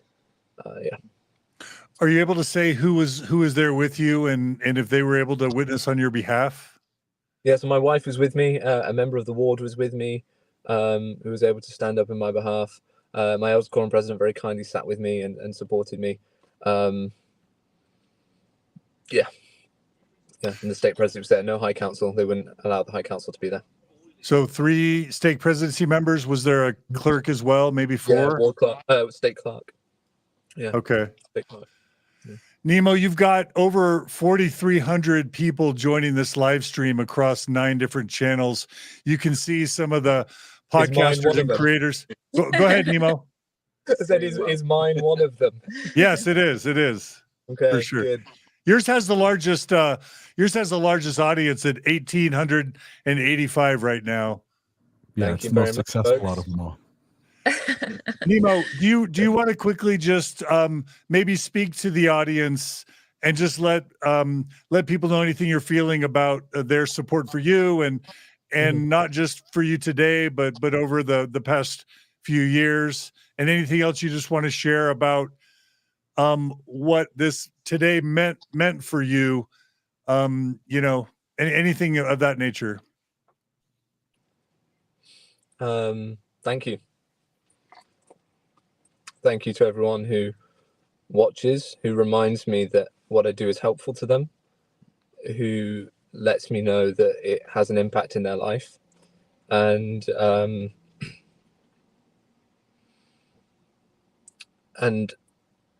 I'm honored to have been able to go through these processes, to go through the experiences I've gone through, knowing that what happens to me informs other people and sometimes keeps other people safe, and means it doesn't happen to them. And people understand exactly what it is that they're involved with when it comes to the church and its procedures. Beautiful. What have you seen outside in terms of friends showing up? Is it how does it feel to have some friends and some supporters show up outside? There's a fair-sized vigil, which is nice. It's nice to have some people outside, and the church doesn't seem to be too upset by its presence. I don't know if you guys have had any trouble from the inside the building. So everyone's been cordial, and it's all been very respectful, and I'm very glad that everyone that's turned up has behaved well and is there to support me and not necessarily cast stones at the church. Yeah. Excellent. Anybody on the panel want to haze or praise? Haze or praise Nemo? I wanted to ask Nemo a question, a specific question, Okay. Nemo. Yeah. This is Radio Free Mormon from across the pond. Oh, I recognize those dulcet tones. Wherever there's cops beating up a guy, I'll be there. Okay. The question I wanted to ask you was this. You mentioned that the stake presidency was present and the clerk was present. Yeah. Did the clerk take notes? Yes, and there was an amended document that was signed for him that allowed him to take notes. He was agreeing not to take notes apart from those in his capacity. And I said, well, unfortunately, my contract is in conflict with his contract because I'm not to permit anyone to take notes. And so I can't permit him to do so. And so a modification was made to the contract to allow the stake clerk to make notes. So they amended all contracts signed so that the stake clerk was allowed to make notes and report them to Salt Lake, which is fair enough. But they recognized the conflict in what they'd presented me with, and they amended it. Very good. Thank you for answering the question. For anybody who doesn't know, the contract that Nemo originally was compelled to sign in order to attend his disciplinary hearing required him to not to make any recording or allow anybody, and that recording was going to be like on tape or digital or handwritten. Video, audio, or written. Yes, Yeah. or written. That was the amazing thing, because as he had mentioned previously, Nemo had mentioned previously, there's going to be a clerk there or a clerk there taking notes. And what about this clerk who's taking notes? Isn't that a handwritten notation of what's going on? And isn't that in violation of the agreement? So I wanted to find out from Nemo if the clerk did take notes. Apparently the clerk did. Nemo brought up the contradiction in the contract, and then they modified it on the spot. Yeah. Yeah. Are you wearing your temple clothes, Nemo? I am. I'm wearing my temple suit. Any Nemo, other panel? Nemo, I'm sorry. I'll just follow up by saying the mere fact that they modified the contract on the spot to allow the clerk to take notes does not do away with the discrepancy in allowing the clerk to take notes, but not you. Yeah. I was allowed to make notes of the meeting and of my defense of them. Sort of as they were accusing me, I was allowed to take notes of those accusations so I could properly respond. So that was good. How many pages did you take? 2. They didn't have a lot that I hadn't already anticipated. Were you able to share the emails from? Yes. So all 1,145 emails that I received in my support have been shared with the state presidency. Did they say they had read them all? They are going to. Was there any inkling that they were going to bring in those personal communications with an individual? No, not at all. So, Again, I don't want to get into that that's too fair much. enough, Yeah. but that's an ambush, you know. Yeah. You already. This whole thing was an ambush. Yeah. That's Anyway. just how you meant to prepare for that. I think I should go speak to the folks who are stood outside in the cold. Yeah. Okay, Nemo, we love you. We hope you feel our love and support. Yeah. Thank you, everyone. Thank you. And Ruth, if you want to take the camera out and film Nemo talking to the crowd, we would love to hear that as well. I will do my best. Okay. And we'll wait to see what you're able to show us. Thank you, Ruth. Thank you, Peter. Thanks to everyone on this panel. And while we're waiting for that, I'll just read a few of the super chats just because we're so grateful. Ivana Tinkle writes, "That's a snazzy white suit." Thank you, Ivana. Brittany Cox writes, "Thank you, Nemo, for your videos." Lopsided Leahona writes, "We love you, Nemo. Take your time. We'll be here when you're ready to discuss." Merge Chris writes, "Big hugs, Nemo. All the best from Seattle." That's fun to have Seattle representing. That's close to Radio Free Mormon, which is always good. West of Us writes, "Let's make Nemo even stronger. Send in the super chats." Absolutely. China Clay says, "Hugs, Nemo." Janelyn Elzinga writes, "All the love for you, Nemo." Again, friend Karen Fifield writes, "Money for a Relief Society meal train for Nemo and his family. Please use this while you are in mourning." We absolutely should show up and do the good Mormon thing and deliver some casseroles to Nemo and his family. I Am Just One Mom writes, "Safe essential support needs our support." Dean Liddell writes, "Let's go, Nemo. Much love to you all. Love your vids." Philip writes, "Witnessed Natasha kicked out, blew me away. Now watching again the formal LDS business of kicking folks out. Nemo is a wonderful person. I stepped away due to the lack of LDS integrity. They require delusion, not productive honesty and education." Thank you for that. We're starting to see the crowd, the vigil, the people that are waiting to hear Nemo speak. We can see some lights there. This is just giving a sense.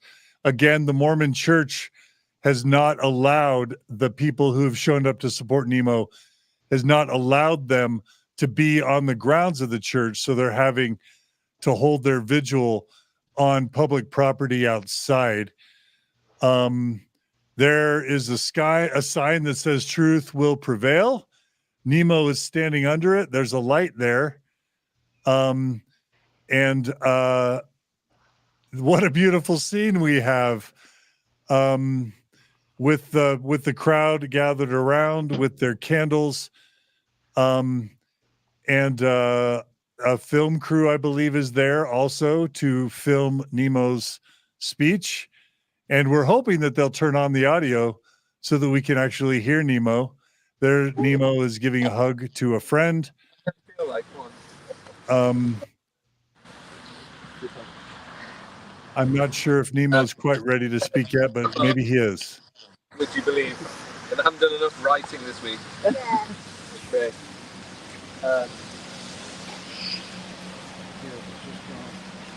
Ruth, I think someone may have texted you. I can't see Nemo right now, Ruth. Are we all good with the stream? Is there something going on with the... Okay. John needs his footage, guys. I'm here. Yeah, right. Are we all good? Good evening, everyone, and thank you all for braving the weather. I wrote that thinking it was going to be raining, and you've all actually been having a lovely time out in a slightly mild September evening, so I don't feel so bad all of a sudden. But thank you for coming to show your support. The disciplinary council which I've just attended was designed to establish whether I've committed acts of apostasy or not. Because of the unfair and unjust nature of disciplinary proceedings in the Church of Jesus Christ of Latter-day Saints, until 90 minutes ago, I did not know the specific nature of the apostate things of which I stood accused. 90 minutes later, and it's still not much clearer.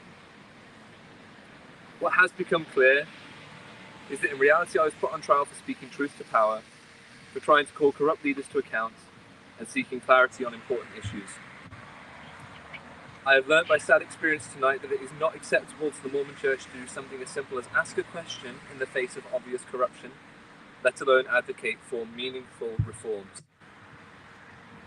I'd like to thank the 1,145 people who emailed in support of me, sharing their heartfelt messages, and also of note the thousands more on multiple online platforms who've shared words of encouragement. You have my deepest thanks. Thank you, everyone. It is my hope that those words will give support to the conclusion that far from being an apostasy, robust, honest criticism of our own institutions is not only healthy, but necessary to ensure the survival of our church.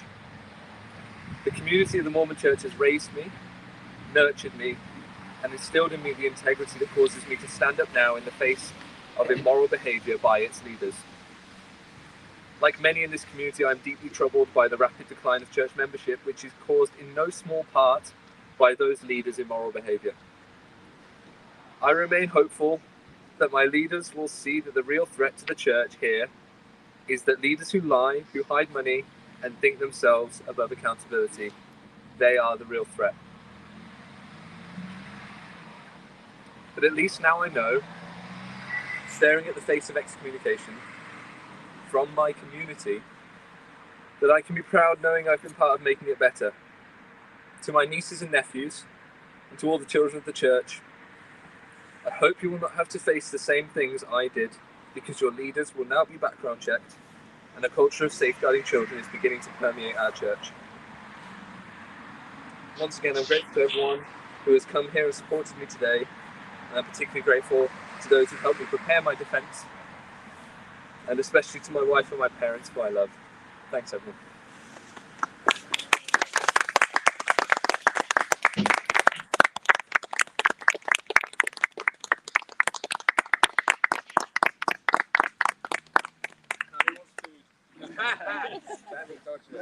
You needed enough jammy dodgers, right? Yes. And we have the necessary reference to Jammy Dodgers.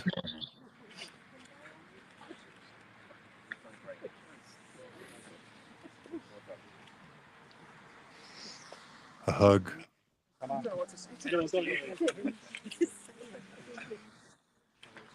Besides Jammy Dodgers, a wonderful reference to protecting children and the work that he did there. Absolutely. Panelists, any reactions? Anybody want to share? Can I just say it really is heart-wrenching. Like, the truth doesn't really matter. Nemo went about it the right way. Like, he was just articulate and to the point. He just told the truth. This thing doesn't want the truth. It avoids it at all costs. It justifies embezzlement scams from within the top leadership. It justifies pretending it tells the history honestly. And it has just lied repeatedly over and over. And somehow it gets to do that. Its leaders get to do that. And the person who stands up and says, I was taught by this thing to be a truth seeker. In reality, the last thing the church wants is a truth seeker. Thank you, Bill. Other reactions from the panel? Could I say one thing? While we've been on the episode, I've been texting back and forth with different people in the cities where the temples are being built, and they're aware of Nemo. He's offered help. They love Nemo. And these are people that are not members of the church, didn't know much about the church before all the temple buildings started. And they are absolutely horrified at the barbaric nature of this kind of a thing in the 21st century. They said, I had no idea that this kind of thing went on in a church. So, and these are multiple people that I'm talking to. They just can't believe what they're seeing. I think, we hear of it. It happens to all of us. We know when you look at it through another lens, it's not okay. It's something that shouldn't be happening, and people can't understand why. Yeah, beautiful. Thank you, Rebecca. A thought that I have, where we don't have enough information, I guess, to fully understand it. He said that private communications sounded like a significant factor in the decision. And it's been a while since I looked at the handbook, but public opposition is what I recall being part of the definition of apostasy. So it doesn't seem like that would be relevant.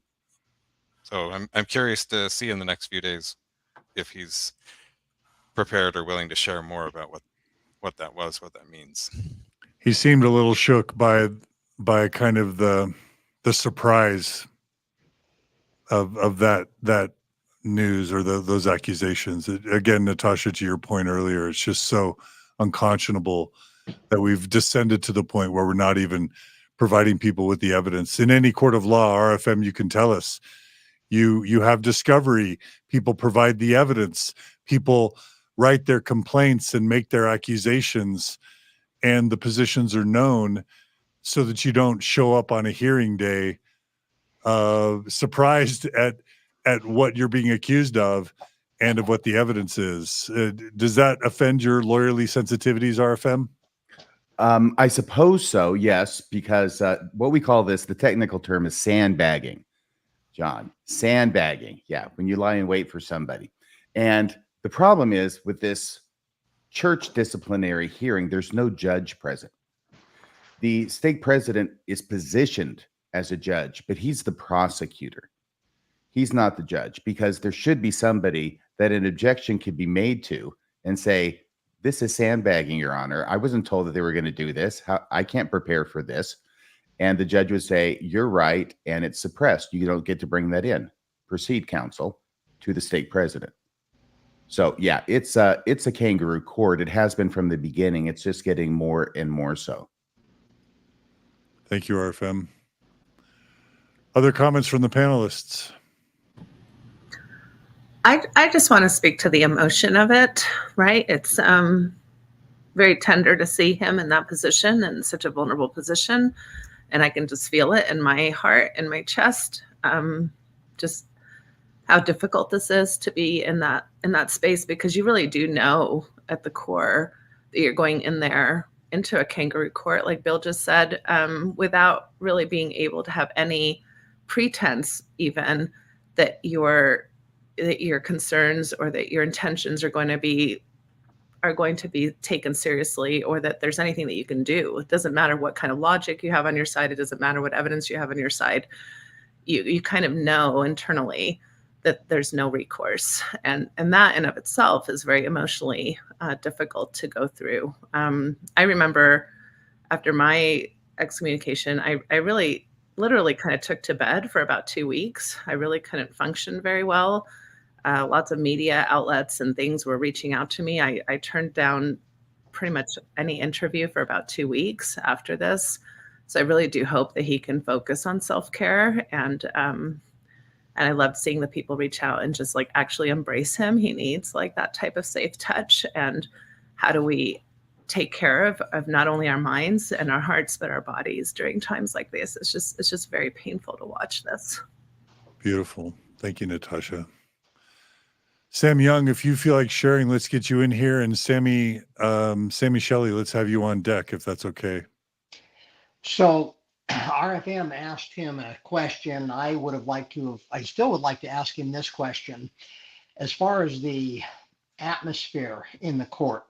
Now, over the course of 20 years, I was involved in many church courts. A couple did result in excommunication on the stake level, but the church likes to describe them as courts of love. And I always felt that.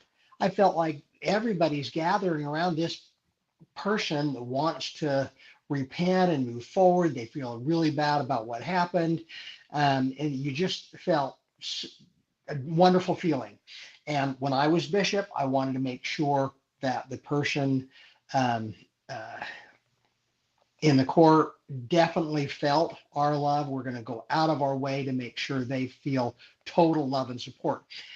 Now, I only saw one distant council where it was more of a court of we detest this person. We hate this person. We wish we were not here. And that was my court, where the people sitting around the table had been my friends for decades.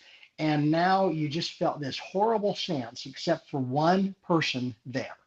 Everybody else, they wouldn't look at me. They looked at the table when I was talking. But in all the church courts I was involved before, after it's over, everybody walks over to the person, gives them a hug, gives them a handshake. My stake president said when one person immediately reached out to me, he said, "We're not." I believe we lost Sam for just a second. If past his prologue, his signal will return very soon. Ruth, I'm not sure. We see Ruth joining us here. Ruth, I'm not sure if you have comments to share. Sam, if you can hear us, we only cut away from you because we lost your voice for a second. Ruth, are you intending to join us for a second? Do you have any thoughts or updates or things you want to express? Yeah, thanks. So as you can see, just the love that is there amongst that group, and I think that small group that was able to come down on this horrible rainy evening is just encapsulates all of the love and support that he's had, and people that have reached out to him, and the emails that have been sent, and you guys and your support as well, and it was just fabulous. But in true sort of Mormon YSA style, he then said at the end there, right, I'm really hungry, can we go to McDonald's? So we're just almost as a safety valve, really, we're just going to all head off en masse to a local McDonald's and just try and forget it for an hour or so. And it extends the agony for Nemo that he won't know the outcome for a few days yet, but I think it also extends a little bit of hope for him as well, that perhaps he was able to get his point across. So we'll wait and see. But I think the takeaway for me tonight is he was never the one on trial. It was always the system. It was always the accusers on trial rather than him, because he has the support and he has the validation that his position has always been one of a truth seeker and somebody who values the community that he finds in the church, but also with those outside of the church as well.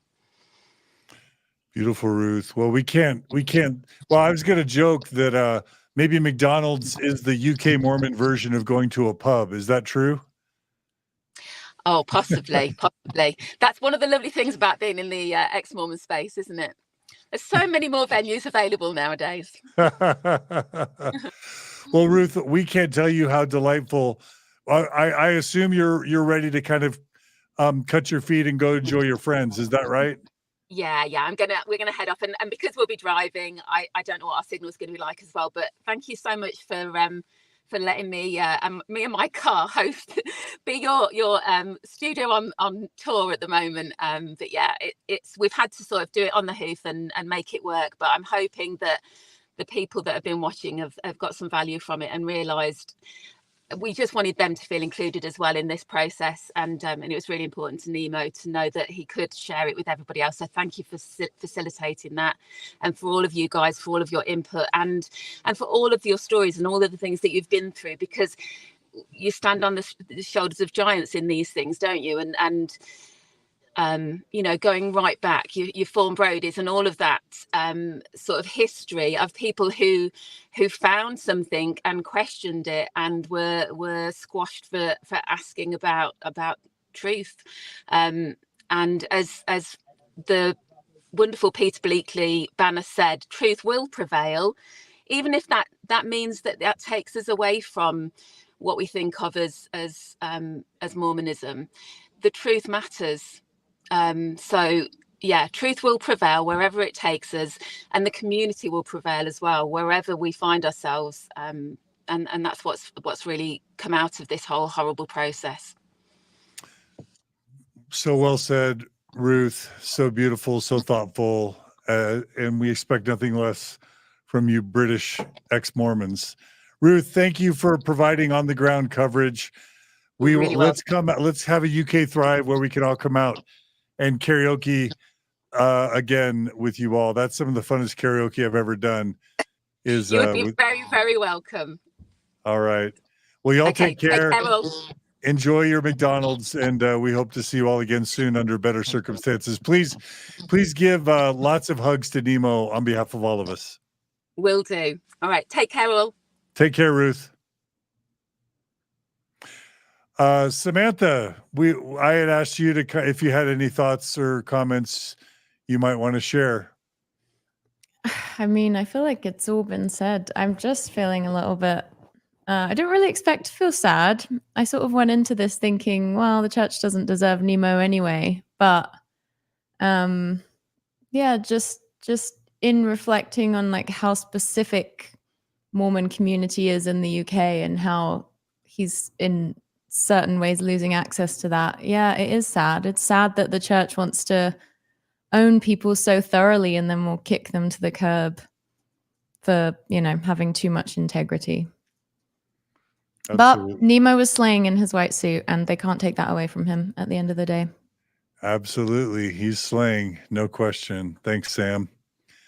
I want to give each panelist who hasn't already shared any final words they want to say. I've got a lot of super chats I want to read, but I also know that y'all have a lot going on in your private lives, your business lives, etc. Any final comments from any of the panelists? It looks like we've got Cody Young back as well. So who wants to share any final words? Just jump in.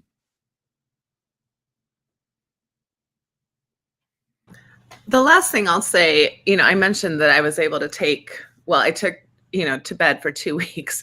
The only reason I was able to do that, quite frankly, as a single mom who's very dependent on my work to make ends meet here in my home, was because of the support of you listeners. And, you know, John, I think that you in particular started I don't know if it was a GoFundMe or something, but you allowed me some monies to be able to do that. And not only the monies that people sent, but the food and the flowers and all the things that really made it possible that I was able to take a 2-week break from my responsibilities as a mom and as a therapist and as a boss. So I just think that let's think about that, you know, like, what do we do now? It's one thing to show up on a podcast or to make comments, but how do we put, you know, how do we hit the rubber with the road, right? And actually maybe reach out and see what we can do to help him financially and or just with meals and support in any way we can as a community. Thank you, Natasha. And I know you arranged your own professional schedule and even maybe some clients to be able to be with us today. So thank you so much, Natasha. It's so great to have you. And thanks for all you do for our community, Natasha. Thank you. It was an honor to be here and to be part of this. Thank you. Other comments from for Nemo or for our audience before I read 200 super chats? Anyone want to share? Well, I just hope one of those super chats says that Nemo is now officially the 5th Beatle. maybe Prince, maybe King Charles. Is that who it is now? King Charles? Maybe he'll benight Nemo. Is it Charles? Might. I Who's hope the he King of doesn't unite England? him. Is it? It's the Queen's son, I think. That's Charles. King Charles. Sorry. Guys. Finally, he's waited a long time. So it's Camilla.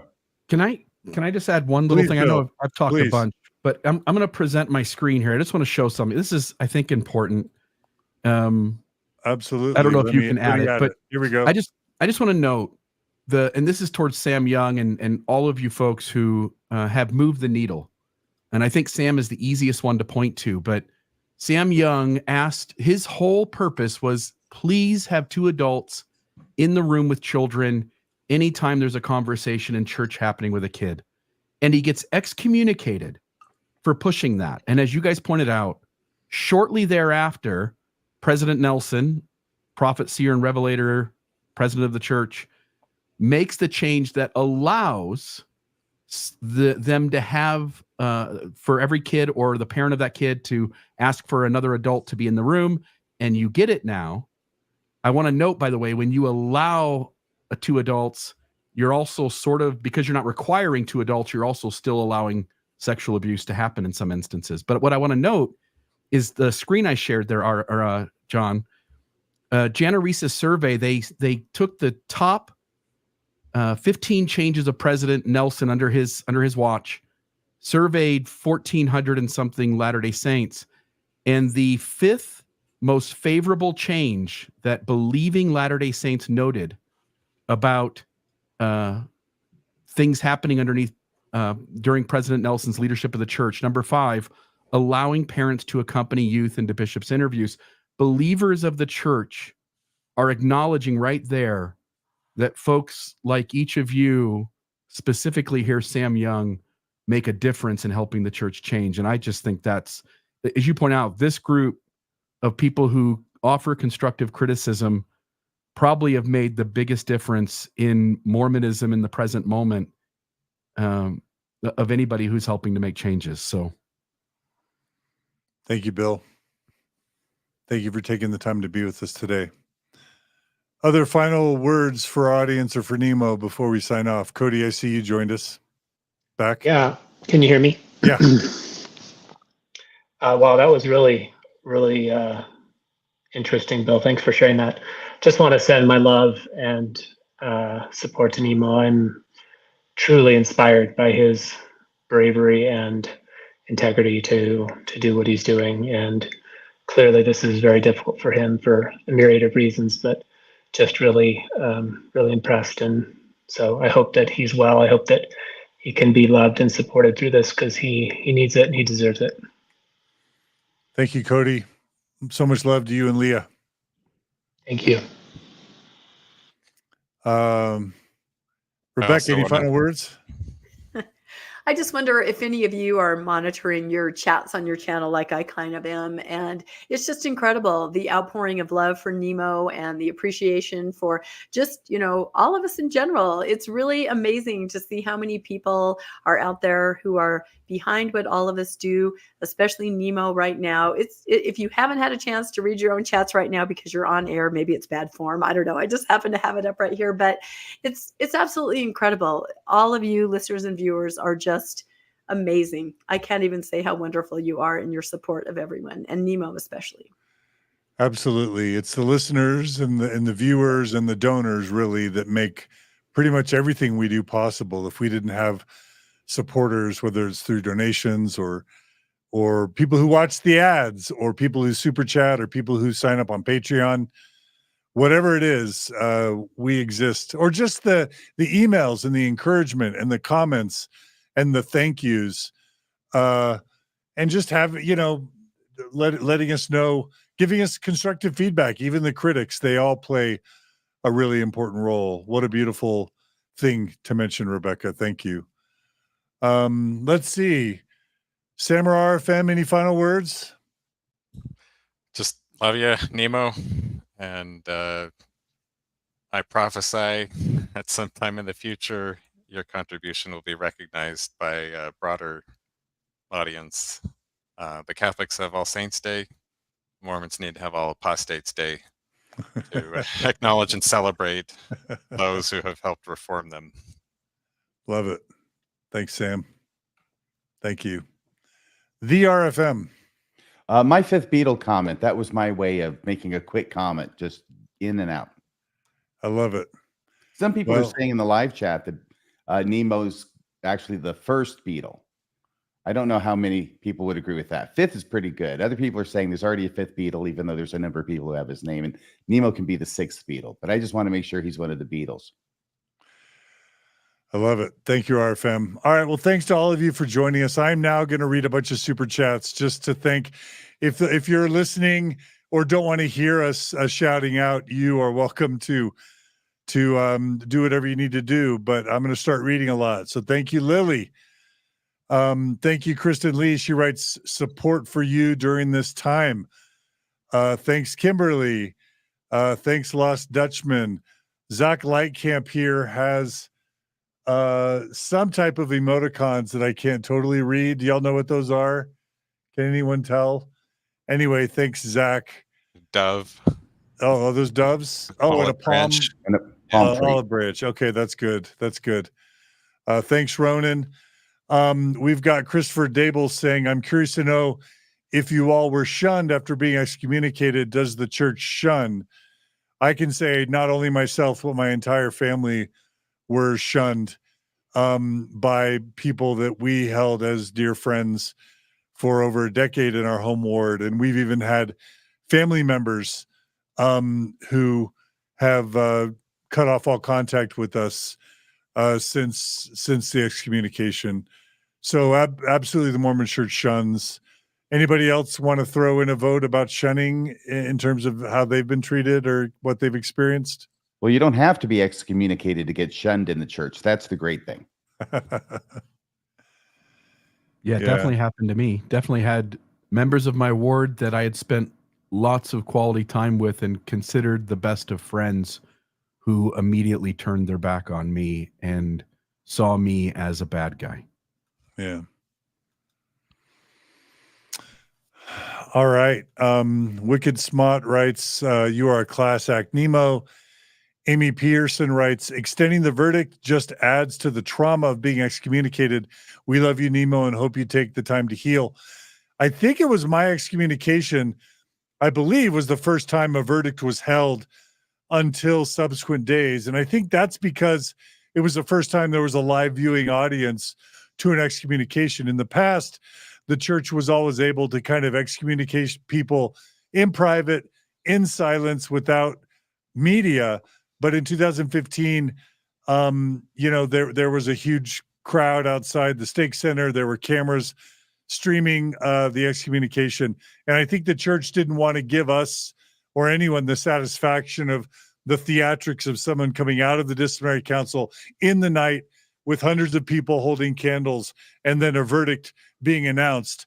They held the decision for another day or two after. And since then, I think whenever the church has gotten the sense that there'll be a crowd, they've started holding the verdicts. It's also possible they want to vet them by Curtin McConkie, because we know that the law firms kind of are the law firm and legal concerns are kind of ruling the church these days in so many ways. So anyway, extending the verdict is kind of inhumane and kind of infantile and childish, I believe.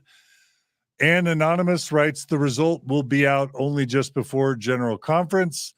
That's a great comment. Thank you, Ann, for the super chat. Wall Streets writes, true pioneers. Thank you so much for all of you. My life is so much better because of all of you. Heal the masses. Thank you, Wall Streets. Liz writes, the panel is more Christ-like than the kangaroo court. Y'all are truly mourning with those who mourn. Thank you, Liz. Galen 209 writes, it feels like a modern day burning at the stake. That's true and very sad. Thank you, Galen. Amy writes, religious trauma is very real. We love you, Nemo. Thank you for sharing. Thank you for sharing that, Amy. Author Jeanette Lewis writes, God bless you, Nemo, and everyone on the panel. This is not the church I remember. Much love from the Morador. Other donations from Amy, Soraya, and Linda. Devi writes, Nemo, you are brave and correct. Thank you for finding the strength to show integrity in the face of the opposite. My name is Kat Ferris. My sister's name doth appear, and we don't know why. Well, that's got to be frustrating to have that happen. All right, let's keep going. Ilana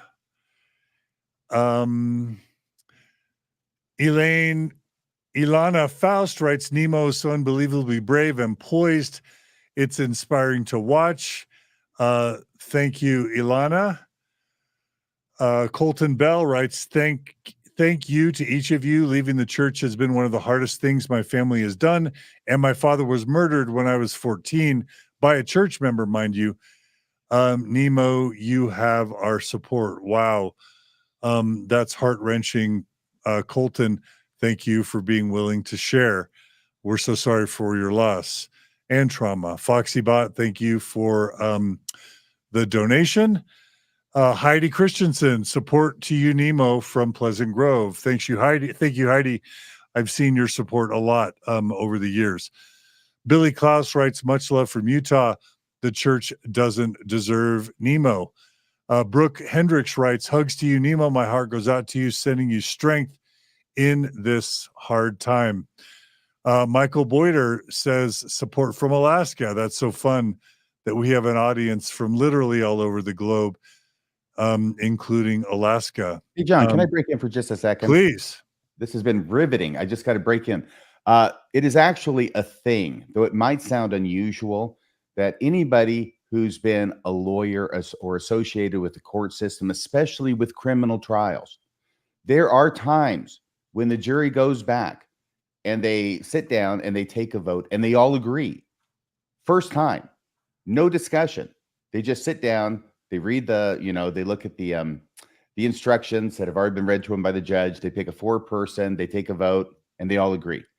It is not unheard of. In fact, it is somewhat common for a jury in that situation to just wait for an hour or two. So it looks like they actually talked about the case and discussed it before coming to their verdict. And I have a feeling that's kind of what the state presidency did in your case. John, you said it was the first time it happened with your case, according to your recollection. I don't think they're really thinking about stuff and weighing things. I think they're just waiting in order to give the impression that they're actually thinking about it. Interesting. It's very possible, RFM. Thanks for that perspective. I think I'm sure there's validity to it. So thank you. And any of you, please feel to jump in at any time. I just want to make sure these people giving super chats feel thanked and supported for what they're doing. But love all the feedback. Ashley Foreman, we love you, Nemo, but feel no pressure from us to share. You so don't owe us. We will be here regardless. Thank you, Ashley. Marcy says, love you, Nemo. Thank you, Paula. Donnie Lee Gringo in Brazil writes, may the comforting and supportive angels, both divine and human, be with Nemo. Thank you for that, Donnie Lee Gringo. At Id writes, love to you, Nemo. Take care. Marzipan Krabapoulos, that sounds Greek, if I'm not mistaken. Buy all the jammy dodgers you need to go through this. Much love, Nemo. Thank you, Ashley, for another super chat. Merp writes, Nemo, you will always be worthy. I love that. The idea is that Nemo's worthiness is being assessed in these disciplinary councils, and Nemo's worth is not in question. Son of Perdition says Nemo is the GOAT. I have no problem supporting that chat and that comment. Ivana Tinkle writes, that's a snazzy white suit. I think I may have already read that. You did, but John, I got to mention, I think it's Ivana, not Oh, Yvonne. perfect. Did you say it correctly, first and last name? Yeah, thank you. I love Ivana it. Tinkle. Ivana. Is this a Simpsons episode? Is Ivana Tinkle on them? I'm phoning out of Moe's Bar, and I can't believe John DeLynn finally got it. Oh my gosh. Well, don't be surprised at my my dim-wittedness. It's abundant. Thank you, Nemo. That was very good. Brittany Cox, thank you, Nemo, for your videos. I think I got all the ones above. Let's see. Norwich Ward, UK Last, living in Salt Lake City, sending my love and support. Did I already read that one? I'm sorry. Honestly, I don't remember which ones you've read other than Ivana Tinkle. Rebecca Raven, thanks for everyone in this community that continues to support each other. Y'all stop me. Torsten, Carr, Lindsay, the truth is the truth until it is no longer convenient. Hope Nemo is doing okay. Sending love from Logan, Utah. That's actually where I was excommunicated. So thank you for the super chat, Torsten. Dean writes, praying that truth wins. Nemo actually helped me connect to church again. If Nemo is getting excommunicated, so would many of my mates in the church. And I think that's actually, thank you, Dean. I think that's a point worth making. A lot of people resigned from the church when Kate Kelly was excommunicated, when I was excommunicated, when Jeremy Runnels was excommunicated, Bill, Sam, Natasha. The church really, really harms itself when it excommunicates its members. I know it probably thinks it's following Christ's sort of parable of separating the wheats from the tares.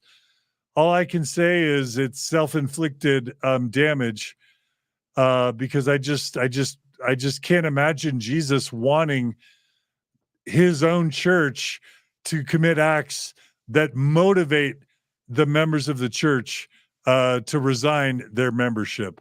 But alas, that's one of the actual undeniable consequences of what these excommunications. Mary Parsons, right? Admiration and support for Nemo from New York. And thanks to you all on the panel. Well, that's fun. It's fun to have New York reaching out. We love you, Rebecca, in Mormonish. And I'm sure she would include Landon as well. So thank you, the video games realm. We always embrace shout outs to Mormonish. Captain Moroni, the Captain Moroni writes, if Nemo is X'd, will Douglas still go? I wonder if he means go to church. I'm guessing he will, but we can wait and see. Captain also writes, love you, Nemo. This is shining a light on something so broken. Don't have a stout heart. I'll just say, Julia and Maven, y'all are welcome to join us on video if you want. We're having some people drop off. Totally your call, no pressure. Rio for Life, Kim D says, thanks for supporting Nemo during this. I'm grateful to be at this vigil. My heart hurts for him. Keep up all these great episodes. B. Gadiat and Camera, let's see. Excommunication is one level of hell. How this church still often pushes a believing spouse to divorce their disbelieving spouse is insidious. Setting D&C 132 over 1 Corinthians 7 isn't about family at all. So B. Gadiat and Kameroth dropping some biblical references on us. Thank you for that. Melissa Mons writes, if we have the truth, it cannot be harmed by investigation. If we have not the truth, it ought to be harmed. J. Reuben Clark. So what did Nemo do that was wrong? We're all dying to know, Melissa. Thanks for that quote that's famously included at the beginning of Jeremy Runnels' CES letter. Thanks, J. Reuben Clark, for dropping that truth on us. I'm sure you regret that now. John, thank you for the support. Matthew Moore writes, can't thank you all enough for taking heat for the rest of us and guiding us in a heavy journey to our truth. Thank you, Matthew. D. Hand 07, I'm never Mormon, but a Catholic. Sending prayers, peace and love to Nemo and all of you. I have a question. If you all was not excommunicated, how many of you all would have remained in the church? So Rebecca, I think you could speak to this. You're not yet resigned or excommunicated. No, not at all. And my main reason was family search and my parents, because they're on that all the time. They check the records, but like I said, that was my reason. Both of my parents recently passed away, but I'm really leaning toward, for my children's sake, who are active LDS, not doing anything myself to take that step, but having it be enacted on me if that ever happens. That way I can say to my children, I tried to be a truth teller. I tried to make a difference, and I tried to stay, although I'm not attending. So, but I understand everybody has different perspectives. Some go to the council, they want to speak their piece. Others resign. It's a very, very personal and individual decision. And I think it even changes just as you go through life. For a while, I carried in my purse or backpack, whatever I had with me, a letter that was a resignation letter.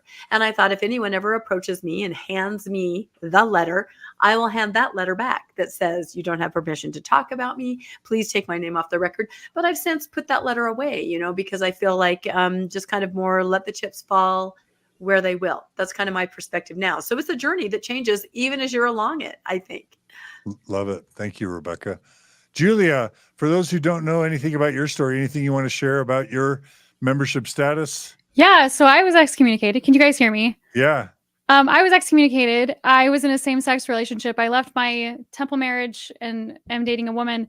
And so, yeah, I was excommunicated. I didn't attend my council because I had no interest in sitting in a table being shamed for my sexual orientation.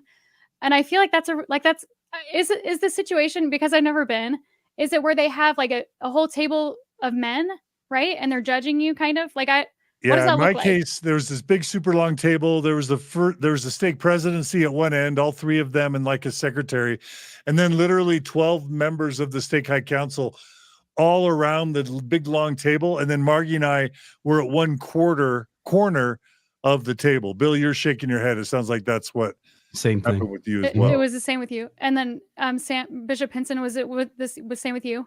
Was I it? got the limited audience, just the stake presidency. Oh, okay. New Because rule. They didn't want the council there. I wonder who ruined that for them. Bill recording his disciplinary council. I had Jeremy too, right? That's funny. Yeah. But yeah, I did not want to attend because that's just a lot of people and that's a lot of pressure to be put on somebody. But I feel for Nemo because being excommunicated really broke my heart. Like I have deconstructed since then. Time has passed. I would have eventually removed my name, and people can land wherever they want. I know people keep their names in for various reasons. I think I would have removed mine had I not been excommunicated, because I don't feel like my values align with their values, and I just don't. That wouldn't have fit with me. But it is a very heartbreaking thing, and I feel for Nemo during this time. Beautifully said. Thank you for sharing, Julia, and thanks for all the work you do. You do so much for all of us, so thank you. All right, just a few more minutes, and then I got to run. Thomas Moore, Elizabeth Scott, thanks to you both. Same with Scott S. and Susie Q. Lucky Chalms says, the main reason I haven't removed my records is for my mom. I know it would break her heart. Much love for Nemo. Rebecca Serine writes, a little extra for the Jammy Dodger budget. I hope Nemo doesn't gain too much weight, an unhealthy amount of weight from all the Jammy Dodgers he is eating and will be eating. CRF 450X Ripper writes, my heart is heavy for Nemo and the panel members' experiences with excommunication. Here's to the Jammy Dodger Fund. Love y'all. Thanks, Laura Lee Nunley. Bryson Gray writes, Nemo has done so much for me navigating my faith crisis. So much love to him for all he's done for so many. It looks like we got, there's TD and Marianne Leslie. Thanks to both of you. And then if I go to the bottom, let's see. I am just one mom writes, safe, essential support needs our support. I think we may have already read that one. And then if I go down to the bottom, there's John Lindsay. Thank you, John. Brittany Cox writes, thank you, Nemo, for your videos. Tyler Todd, there's more coming in. That's the love and support from Tennessee. Gorf writes for Nemo Snack Fund. Nemo's going to need a personal trainer. Carol writes, love you, Nemo, from Midvale, Utah. That's just right down the road from where I am. Miles Schweitzer writes, thanks to Nemo and all of you for keeping the LDS Church in check. The hypocrisy is wild. Totally agree. Amina Adamu says, love to Nemo from a Nevermo in the north of Scotland. Now that's nice. British Isles representing. We have Aaron Duncanson joining one of the memberships, Denise Wards, with the super chat. Thank you, Denise. Jason Sadler says, Nemo, thank you for such a sacrifice. Thank you, Jason, for the support. Johanna writes, my heart is tender to see this fabulous panel of all-stars coming together in support of Nemo, a man who has always been an example of standing up in the right. Thank you, Johanna. We're almost done. Dale Simpson, will there be refreshments at the end of this meeting? Yes. I think McDonald's has apple pies and ice cream cones. But all of you are empowered to go get your own treat right now. And then I think, we have 2 more smoker rights. If they're going to have Nemo's first beer, that's, I don't know. That's up to Nemo to tell us. And then Dr. Doozy says for Nemo's special personal trainer fund. All right. I think we read all the super chats. We've still got 2,900 people.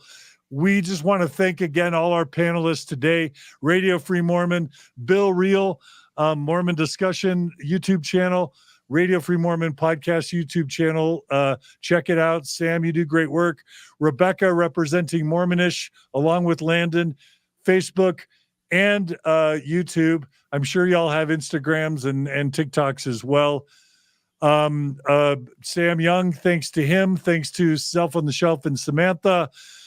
Who else is drawn? Natasha Helfer. Natasha Helfer with Symmetry Counseling here in Utah. 21st Century Saints. Yes, 21st Century Saints, Mormon Civil War, all the Brit Vengers, we thank them as well. Thanks to Maven for moderating the comments. I'm exhausted. Nemo, most of all, we just love you. We respect you. We are so sorry for this assumedly tragic day. We hope that common sense prevails and sanity prevails. But if you are excommunicated, we give you our love and our condolences and our support. And we wait to hear from you in the coming days, weeks, and months. Any final words from our panel? Nope. All right. Love you all. Thanks so much for joining us today. Thanks to all our viewers and listeners. Dr. Moore writes, thanks, Nemo, and to all of you for your good work. Thank you, Dr. Moore. Thanks to all the donors, to all of our respective shows and supporters and viewers that make all this possible. Please subscribe to all these channels. Please like all these channels. Thanks for all your support.